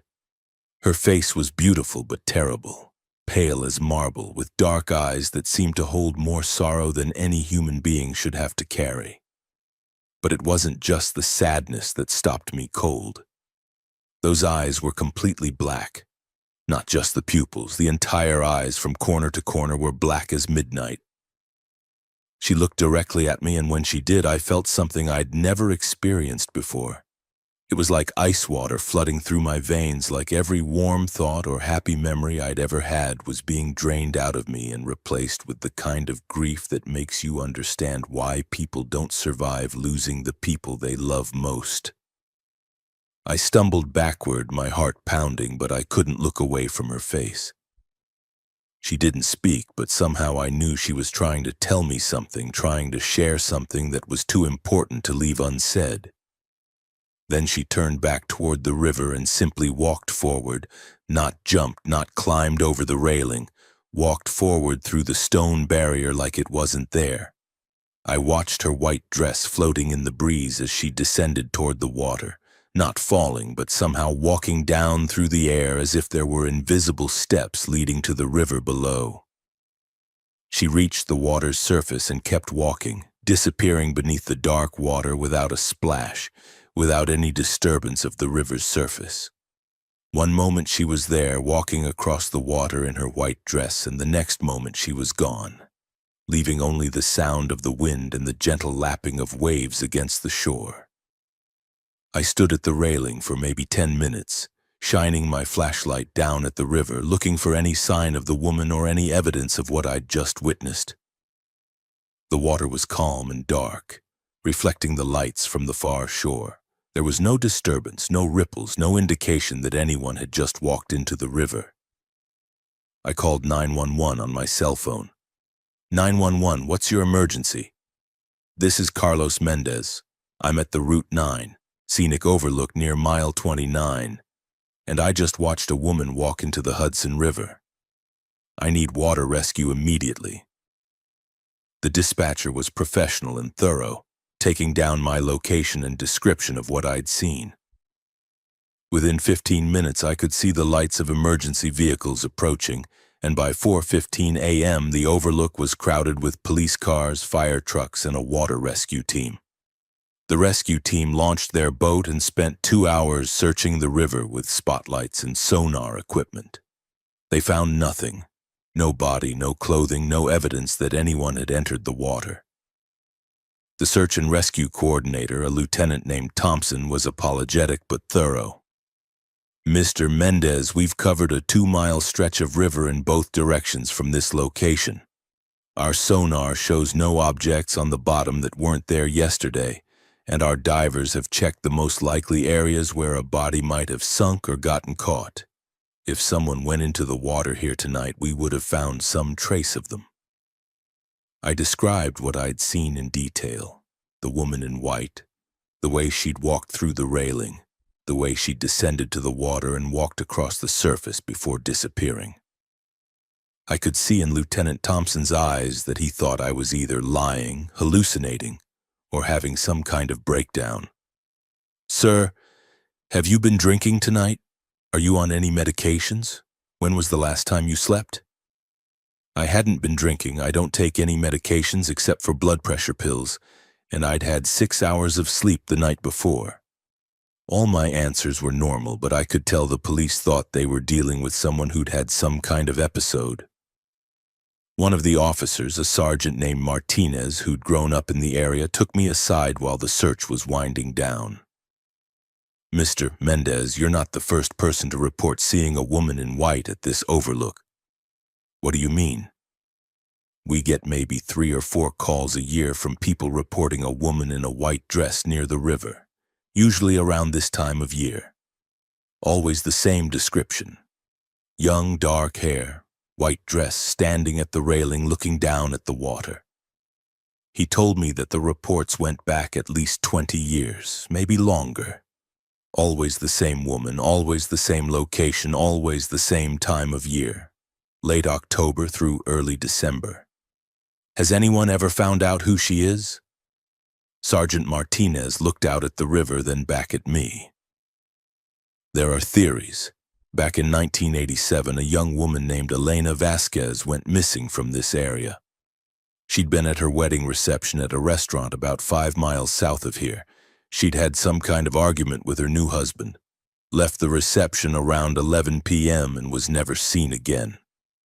He told me that Elena's car had been found the next morning in the parking area of the scenic overlook, keys still in the ignition, her purse and wedding ring on the front seat.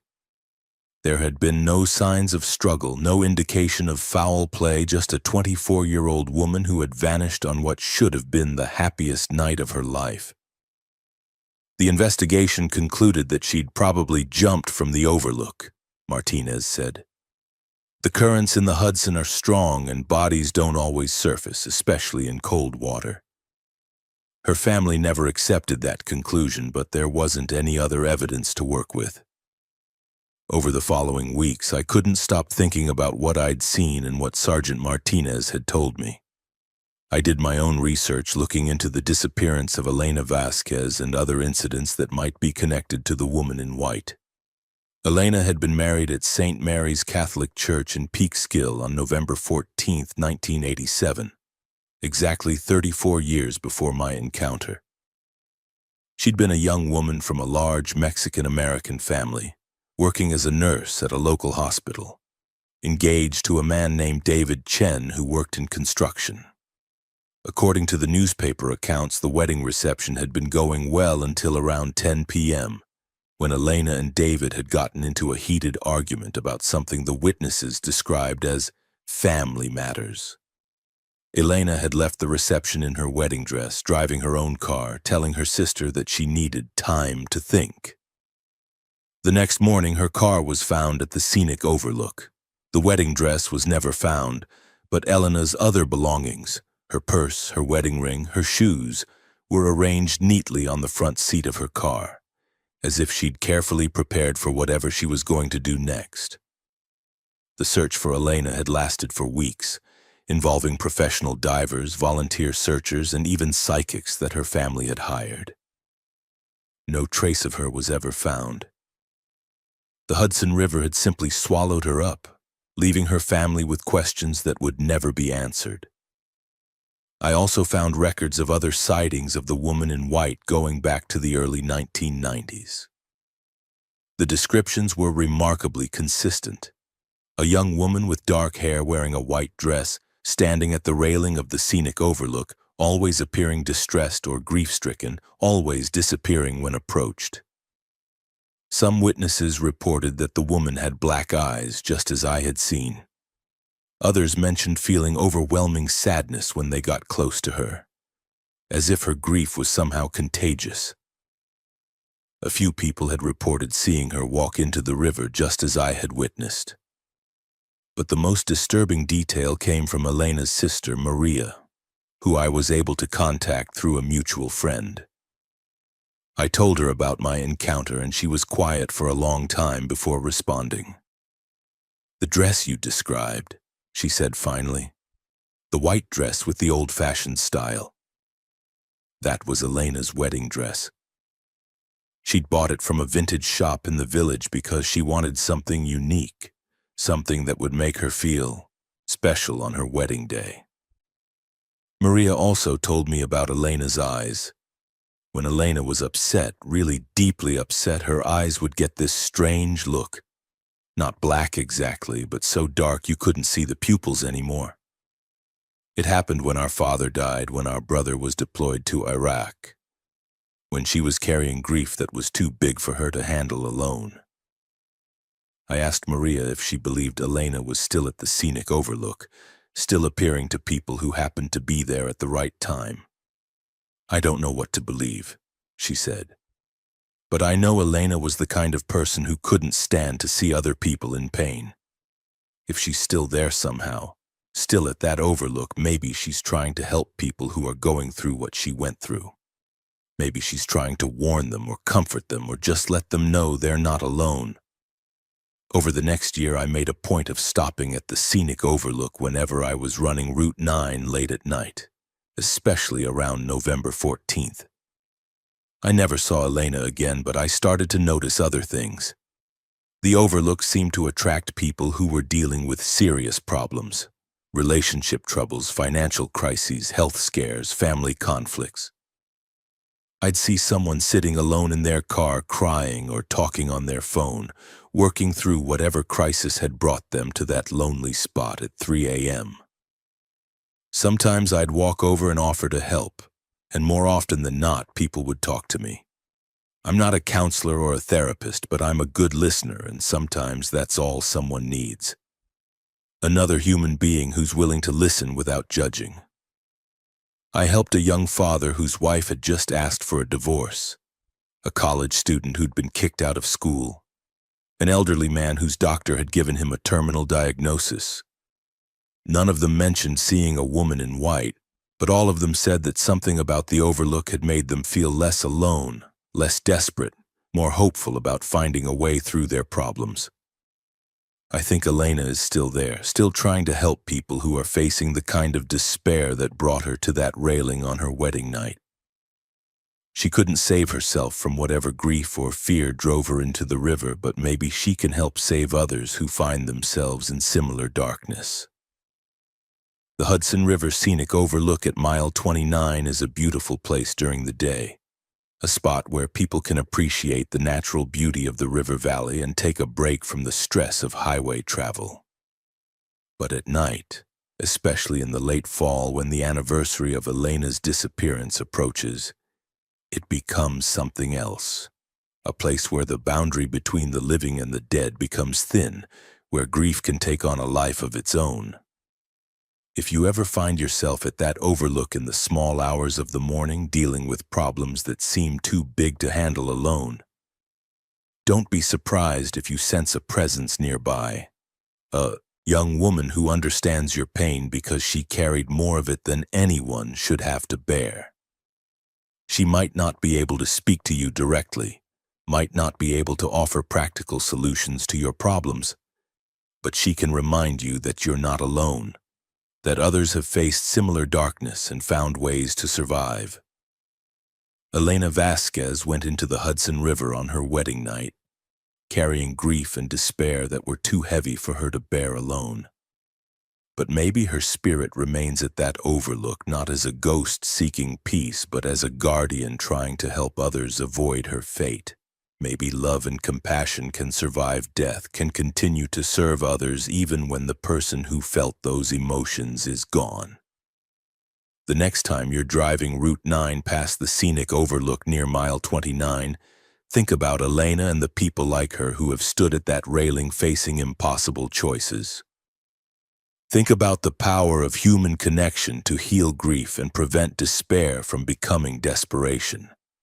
And if you see someone standing alone at the railing in the small hours of the morning, stop and offer to help. You might be the difference between hope and tragedy, between a story that ends in loss and one that ends in redemption.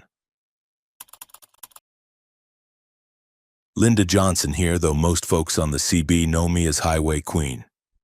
I've been driving truck for 19 years, ever since my husband died and left me with 2 kids to raise and bills to pay. Started out driving local delivery routes, but I fell in love with long-haul trucking and the freedom of the open road. Route 9 through New York became one of my bread-and-butter runs, hauling everything from consumer goods to industrial equipment between Boston and New York City.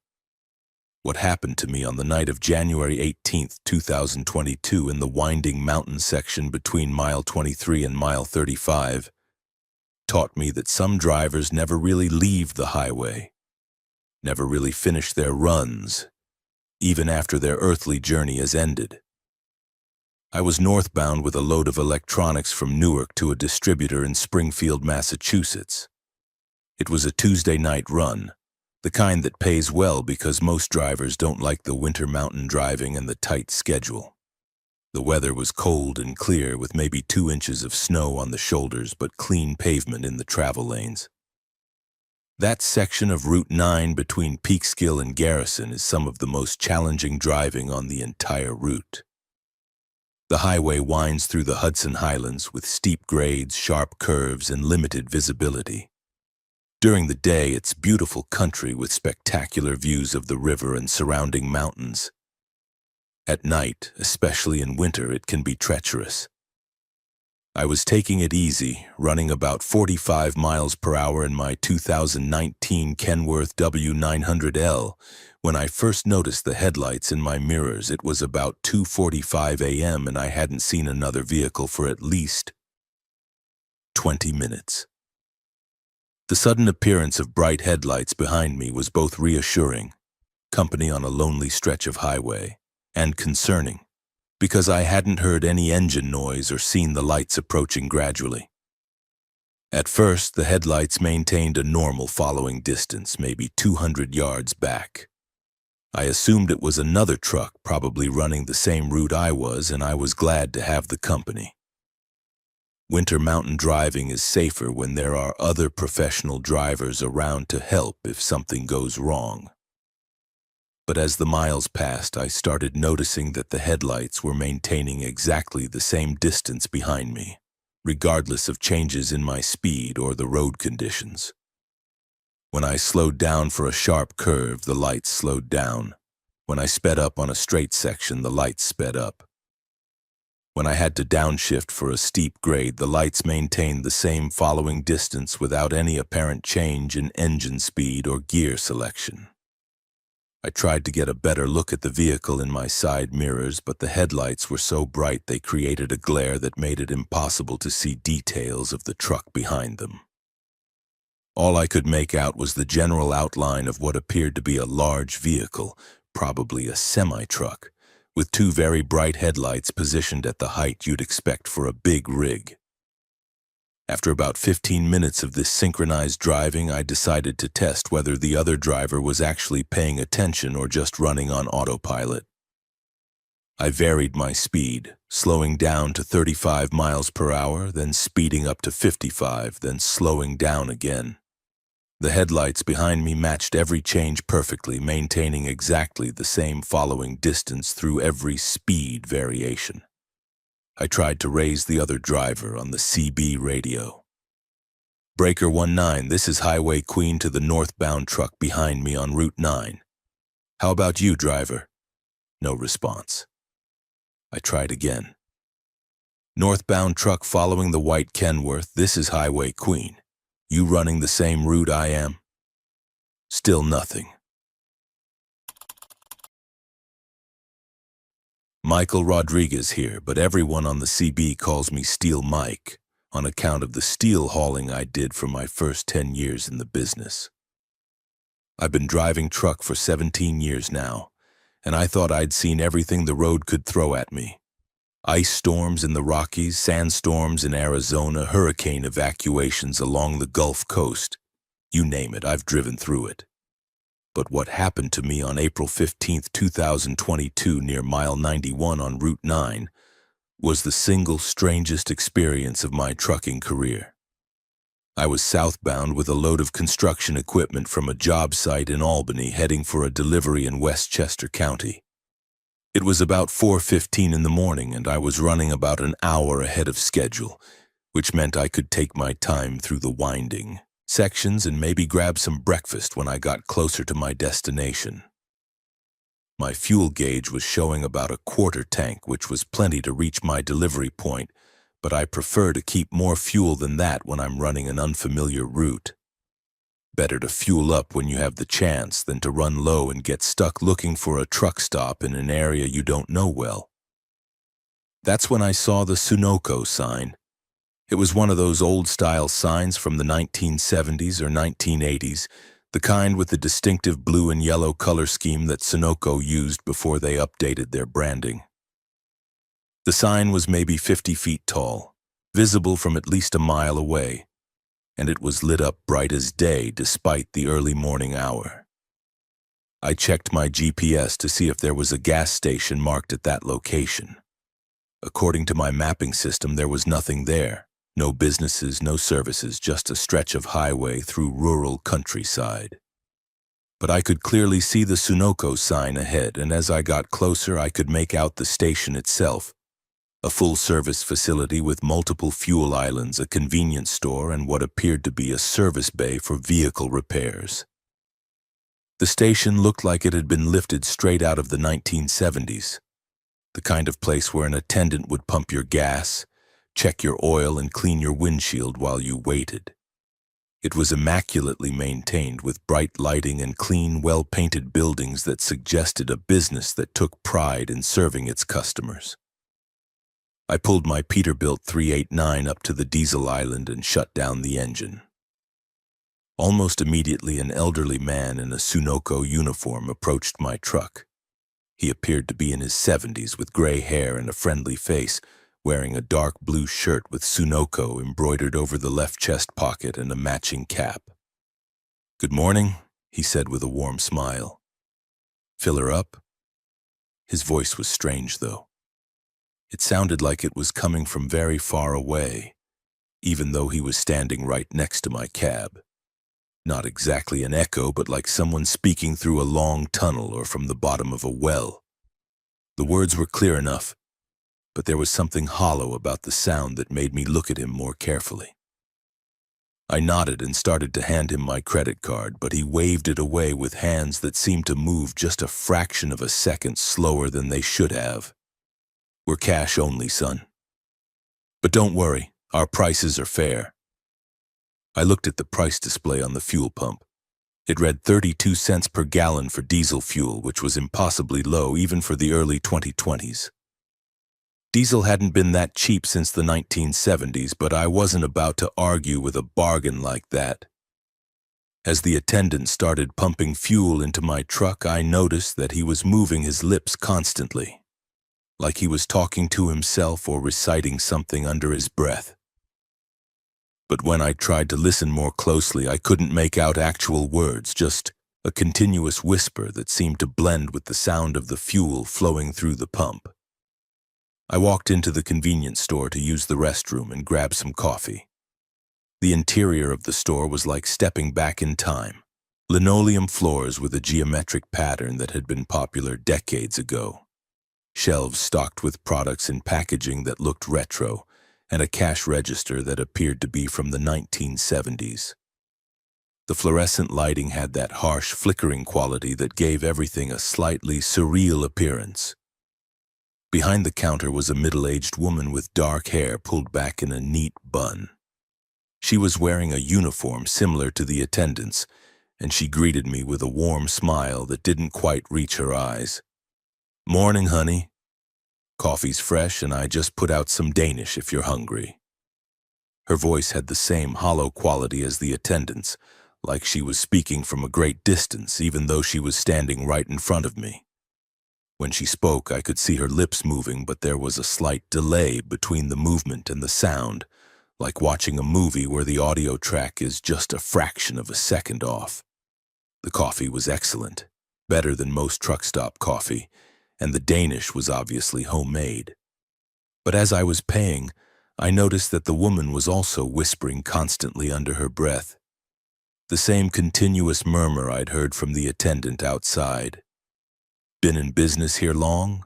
I asked, trying to make conversation. "Oh, quite a while," she said, still smiling that strange, distant smile. "Family business. We've been serving drivers on Route 9 since 1974. The way she said 1974 was odd. She emphasized it like it was incredibly important, like that date meant something special. And when she mentioned serving drivers, her eyes took on an intensity that made me uncomfortable, like she was hungry for something I couldn't identify. "Business must be good to keep a place this nice for so long." "We do all right," she whispered. And I realized now that all her speech was barely above a whisper, even though it had seemed normal at first. "We get a lot of regular customers, drivers who've been stopping here for years. Some of them feel like family, some of them never leave." That last part made my blood run cold. The way she said never leave wasn't wistful or fond, it was possessive, almost predatory. I paid for my coffee and Danish quickly and headed back outside. The elderly attendant was just finishing up with my fuel, replacing the nozzle and wiping down the pump handle with a cloth that seemed to move through his hands like smoke. When he looked up at me, I got my first clear look at his face in the harsh light from the fuel island. His eyes were completely black. Not just the pupils, the entire eyes from corner to corner were black as midnight. And when he opened his mouth to speak, I could see that his tongue was moving.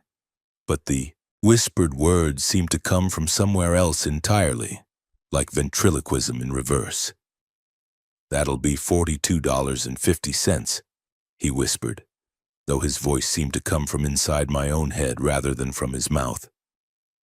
I did quick math in my head. At 32 cents per gallon, that meant he'd pumped about 133 gallons into my fuel tanks, which was exactly what they would hold when starting from a quarter tank. The precision was remarkable. He'd filled my tanks to exactly the right level without any apparent attention to the pump or the fuel gauge.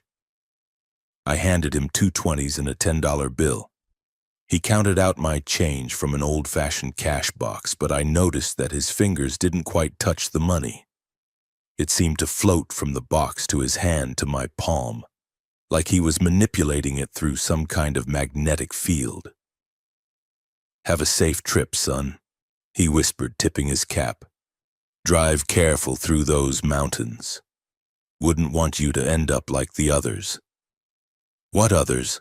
I asked, but he had already turned away and was walking back toward the service bay, his feet making no sound on the concrete. As I climbed back into my cab, I noticed that all the other vehicles in the station's parking area, and there were several cars and a couple of trucks, looked like they were from decades past. A 1970s Cadillac, a 1980s pickup truck, a big rig that looked like it belonged in a trucking museum. All of them appeared to be occupied, with shadowy figures sitting behind the wheels. But none of the occupants moved or acknowledged my presence. I started my engine, but before pulling away, I took one more look around the station. That's when I noticed that everything, the buildings, the pumps, the vehicles, even the attendant and the customers, seemed to be slightly transparent, like I was looking at them through a thin layer of fog or smoke. I pulled away from the station as quickly as I could without seeming to panic.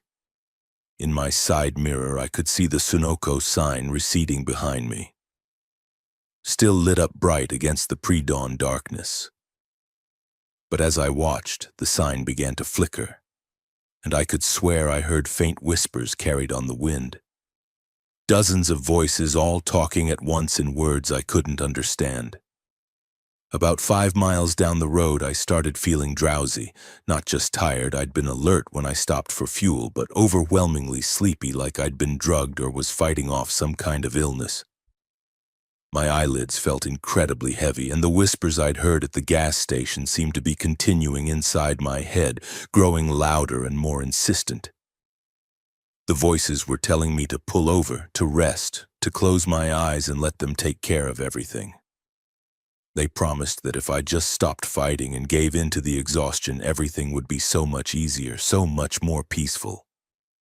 I fought the drowsiness as long as I could, but it was like trying to stay awake while being anesthetized. The whispers were getting louder, more demanding, and I could feel my grip on consciousness slipping away. The last thing I remember was pulling over to what I thought was the shoulder of the highway and setting my parking brake. When I woke up, the sun was high in the sky and my phone was showing 11:30 a.m. I had been unconscious for over 7 hours, which was completely unlike me. I never sleep that deeply in my truck, especially not during what should have been a routine fuel stop. But when I looked around, I wasn't parked on the shoulder of Route 9. I was in the middle of an empty field, maybe a quarter-mile from the highway. My truck was sitting in tall grass and weeds, and there were no tire tracks showing how I'd gotten there. It was like my truck had been lifted by a crane and set down in the middle of nowhere. I checked my fuel gauge. My tanks were completely full, just as they'd been when I'd left the Sunoco station. But when I looked at my receipt from the fuel purchase, something was very wrong. The paper was yellowed and brittle, like it had aged decades in the few hours since I'd gotten it. The print was faded and the date on the receipt was April 15th, but the year was listed as 1974. I started my truck and managed to drive across the field to a dirt road that led back to Route 9. When I reached the highway, I looked for the spot where I thought the gas station should be. There was nothing there, just an empty field with some concrete foundations barely visible through overgrown weeds and a chain-link fence that was rusted and falling down. I stopped at the next open business I could find, a diner about 15 miles south, and asked the waitress about gas stations in the area. "Honey, there hasn't been a gas station on that stretch of Route 9 for more than 30 years, she told me. There used to be a Sunoco station up near mile 91, but something terrible happened there back in the 1980s. The place has been empty ever since." I asked her what kind of terrible thing had happened. "Oh, it was a real tragedy," she said, lowering her voice like she was sharing a secret. "The owners were this nice, older couple, Frank and Dorothy Morrison. They ran that station for maybe 12, 13 years, always treated people right. But in the winter of 1986, there was some kind of gas leak or carbon monoxide problem in their building. She told me that Frank and Dorothy Morrison had been found dead in their apartment above the station, apparently having succumbed to carbon monoxide poisoning while they slept. But that wasn't the worst part. The really sad thing was all the customers who got sick or died that week. See, the leak had been going on for days, maybe weeks, and people who spent time in the station, truckers mostly, drivers who would stop for fuel and coffee and stay to chat, they were getting poisoned too, just more slowly. According to the waitress, at least 7 people had died from carbon monoxide exposure after visiting Morrison's Sunoco in December 1986. All of them had been found in their vehicles parked in remote locations miles from the station, as if they'd pulled over to rest and never woken up. The police said they must have gotten confused and disoriented from the gas exposure, drove off and got lost before the poison finished them off. But folks around here always thought there was more to it than that. Some people said Frank and Dorothy Morrison were still at that station, still trying to serve customers, still pumping gas and selling coffee to anyone who stopped by. She told me that over the years there had been occasional reports from drivers who claimed to have stopped at a gas station near mile 91 that shouldn't have existed. Most people dismissed these stories as hallucinations or urban legends, but the descriptions were always remarkably consistent. I showed her my receipt from the fuel purchase. She looked at it carefully, frowning at the yellowed paper and the 1974 date. "This is very strange," she said. This looks exactly like the receipts Frank Morrison used to give out. Same paper, same font, same format. But this paper looks ancient, like it's been sitting in someone's desk drawer for 40 years. Over the next few days, I couldn't stop thinking about what had happened. I did extensive research on Morrison's Sunoco and the carbon monoxide incident. What I found made my encounter even more disturbing. Frank Morrison had indeed been 73 years old in 1986, matching the apparent age of the elderly attendant I'd met. Dorothy Morrison had been 52, close to the age of the woman behind the counter. Both had been found dead on December 18, 1986, along with 7 customers who had visited the station during the previous week. The customers who died had all been long-distance truck drivers, men who had stopped at Morrison's Sunoco for fuel and food during their runs along Route 9. The carbon monoxide exposure had apparently caused them to become disoriented and drowsy while driving, leading them to pull over in remote locations where they died in their sleep. But here's what gave me chills. According to the police investigation, all 7 truckers had been found with receipts from Morrison's Sunoco in their cabs, and all the receipts were dated from the station's opening week in April 1974. Exactly the same date and year that appeared on my receipt. I also found something else in the police files. In the weeks following the carbon monoxide incident, several other drivers had reported stopping at Morrison's Sunoco and having experiences similar to mine. They'd found a fully operational gas station where none should have existed, been served by Frank and Dorothy Morrison despite the fact that both were dead, received fuel at 1974 prices, and woken up hours later in remote locations with no memory of how they'd gotten there. Most of these reports had been dismissed by police as stress-related hallucinations or attempts to gain attention. But the details were too consistent and too specific to be coincidental. Something was still happening at the site of Morrison's Sunoco, something that defied rational explanation. I started reaching out to other truck drivers, asking if anyone had ever stopped at a mysterious gas station on Route 9 near mile 91. Most people thought I was crazy, but I found 6 other drivers who had similar experiences, all within the last few years. All of them described the same 1970s-era Sunoco station, the same elderly attendant with black eyes who pumped their gas while whispering constantly, the same woman behind the counter who spoke in hollow, distant tones. All of them had paid impossibly low prices for fuel. All had received receipts dated from 1974, and all had woken up hours later in empty fields with no memory of how they'd gotten there. But the most disturbing common element was what happened after their encounters. Every driver I spoke to reported the same thing. For weeks after visiting Morrison's Sunoco, they'd been plagued by whispers. Not audible whispers. Voices that seemed to come from inside their heads, constant murmuring that was just below the threshold of understanding. The whispers were most noticeable during the early morning hours, around 4 a.m., and they always seemed to be calling the drivers back to Route 9, back to mile 91, back to Morrison's Sunoco. "It's like they want us to join them," one driver told me. "Like Frank and Dorothy are collecting truckers, adding them to their customer base permanently. The whispers keep telling me how peaceful it would be, how I wouldn't have to worry about schedules or deadlines or DOT regulations anymore." Another driver described the whispers as recruitment calls, Frank and Dorothy Morrison trying to convince living drivers to become permanent customers at their phantom gas station.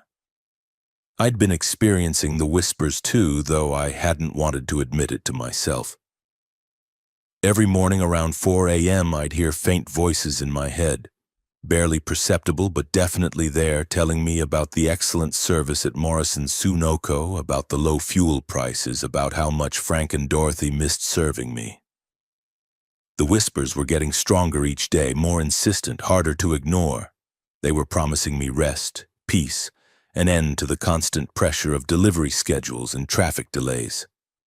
All I had to do was drive back to Route 9, back to Mile 91, back to the station that shouldn't exist. I realized that I was in danger of becoming another victim, another trucker who would disappear after stopping at Morrison's Sunoco. Frank and Dorothy Morrison weren't trying to help travelers. They were trying to collect them, to add them to some kind of permanent customer base that transcended life and death. I made a decision that probably saved my life. I stopped driving Route 9 entirely. I changed my regular routes, avoided any runs that would take me through that section of New York, and eventually the whispers faded away. But I kept researching Morrison's Sunoco, and what I found suggests that Frank and Dorothy Morrison are still out there, still operating their station, still serving drivers who are unfortunate enough to need fuel near Mile 91 in the early morning hours. Over the past 2 years since my encounter, at least 3 more truck drivers have gone missing after making runs along Route 9. All 3 were experienced professionals with good safety records. All 3 were found days later in remote locations, dead in their cabs, with receipts from Morrison's Sunoco dated April 15, 1974. The authorities continue to dismiss these incidents as coincidences or hoaxes, but I know better. Frank and Dorothy Morrison are still running their gas station, still serving customers, still adding to their collection of drivers who checked in but can never check out. Morrison's Sunoco represents something dark about the service industry, about the relationship between business owners and customers. Frank and Dorothy Morrison had built their lives around serving travelers, but when they died, that purpose became twisted into something predatory and possessive. They're not trying to help drivers anymore. They're trying to trap them, to make them permanent parts of the Morrison's Sunoco experience. The excellent service, the low prices, the friendly conversation, it's all bait to lure truckers into a situation they can't escape from. The whispers are their recruitment tool, their way of calling back drivers who've experienced their service and convincing them to return for more. And once you've stopped at Morrison's Sunoco too many times, once you've become too dependent on their help, you become part of their operation forever. I think about those 7 truck drivers from 1986 sometimes, and all the others who have disappeared since then. They were just trying to do their jobs, just trying to deliver their loads and make it home to their families. They stopped at what appeared to be a helpful, honest business, and they paid for that mistake with their lives. But maybe they didn't just die. Maybe they became part of Morrison's Sunoco permanently, part of the crew that helps Frank and Dorothy serve new customers. Maybe when you stop at that phantom gas station, some of the shadowy figures you see in the other vehicles are drivers who made the same mistake you're making. Drivers who trusted the wrong people at the wrong time. I've been clean of the whispers for almost 2 years now, but I still think about that encounter every day. I still carry that yellowed receipt in my wallet, and sometimes I take it out and look at it, remembering how close I came to joining Frank and Dorothy Morrison's permanent customer base. The trucking industry is built on trust, trust between drivers and the businesses that serve us. Trust that the people we deal with on the road have our best interests at heart. Morrison's Sunoco is a reminder that sometimes that trust can be exploited, that some businesses see customers not as people to serve, but as resources to be consumed.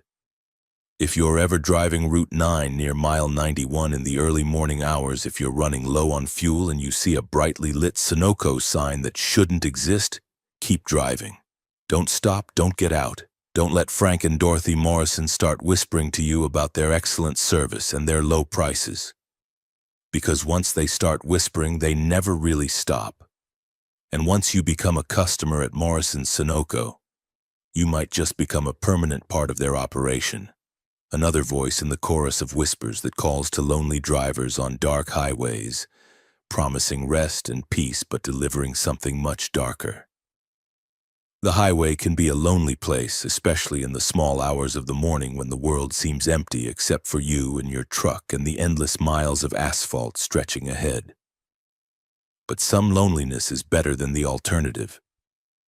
Some help comes at too high a price, and some gas stations should stay closed forever. Drive safe, keep your fuel tank full, and if you hear whispers calling you back to places that shouldn't exist, don't listen. Keep your eyes on the road, your hands on the wheel, and trust that the next truck stop, the real truck stop, is just a few more miles ahead.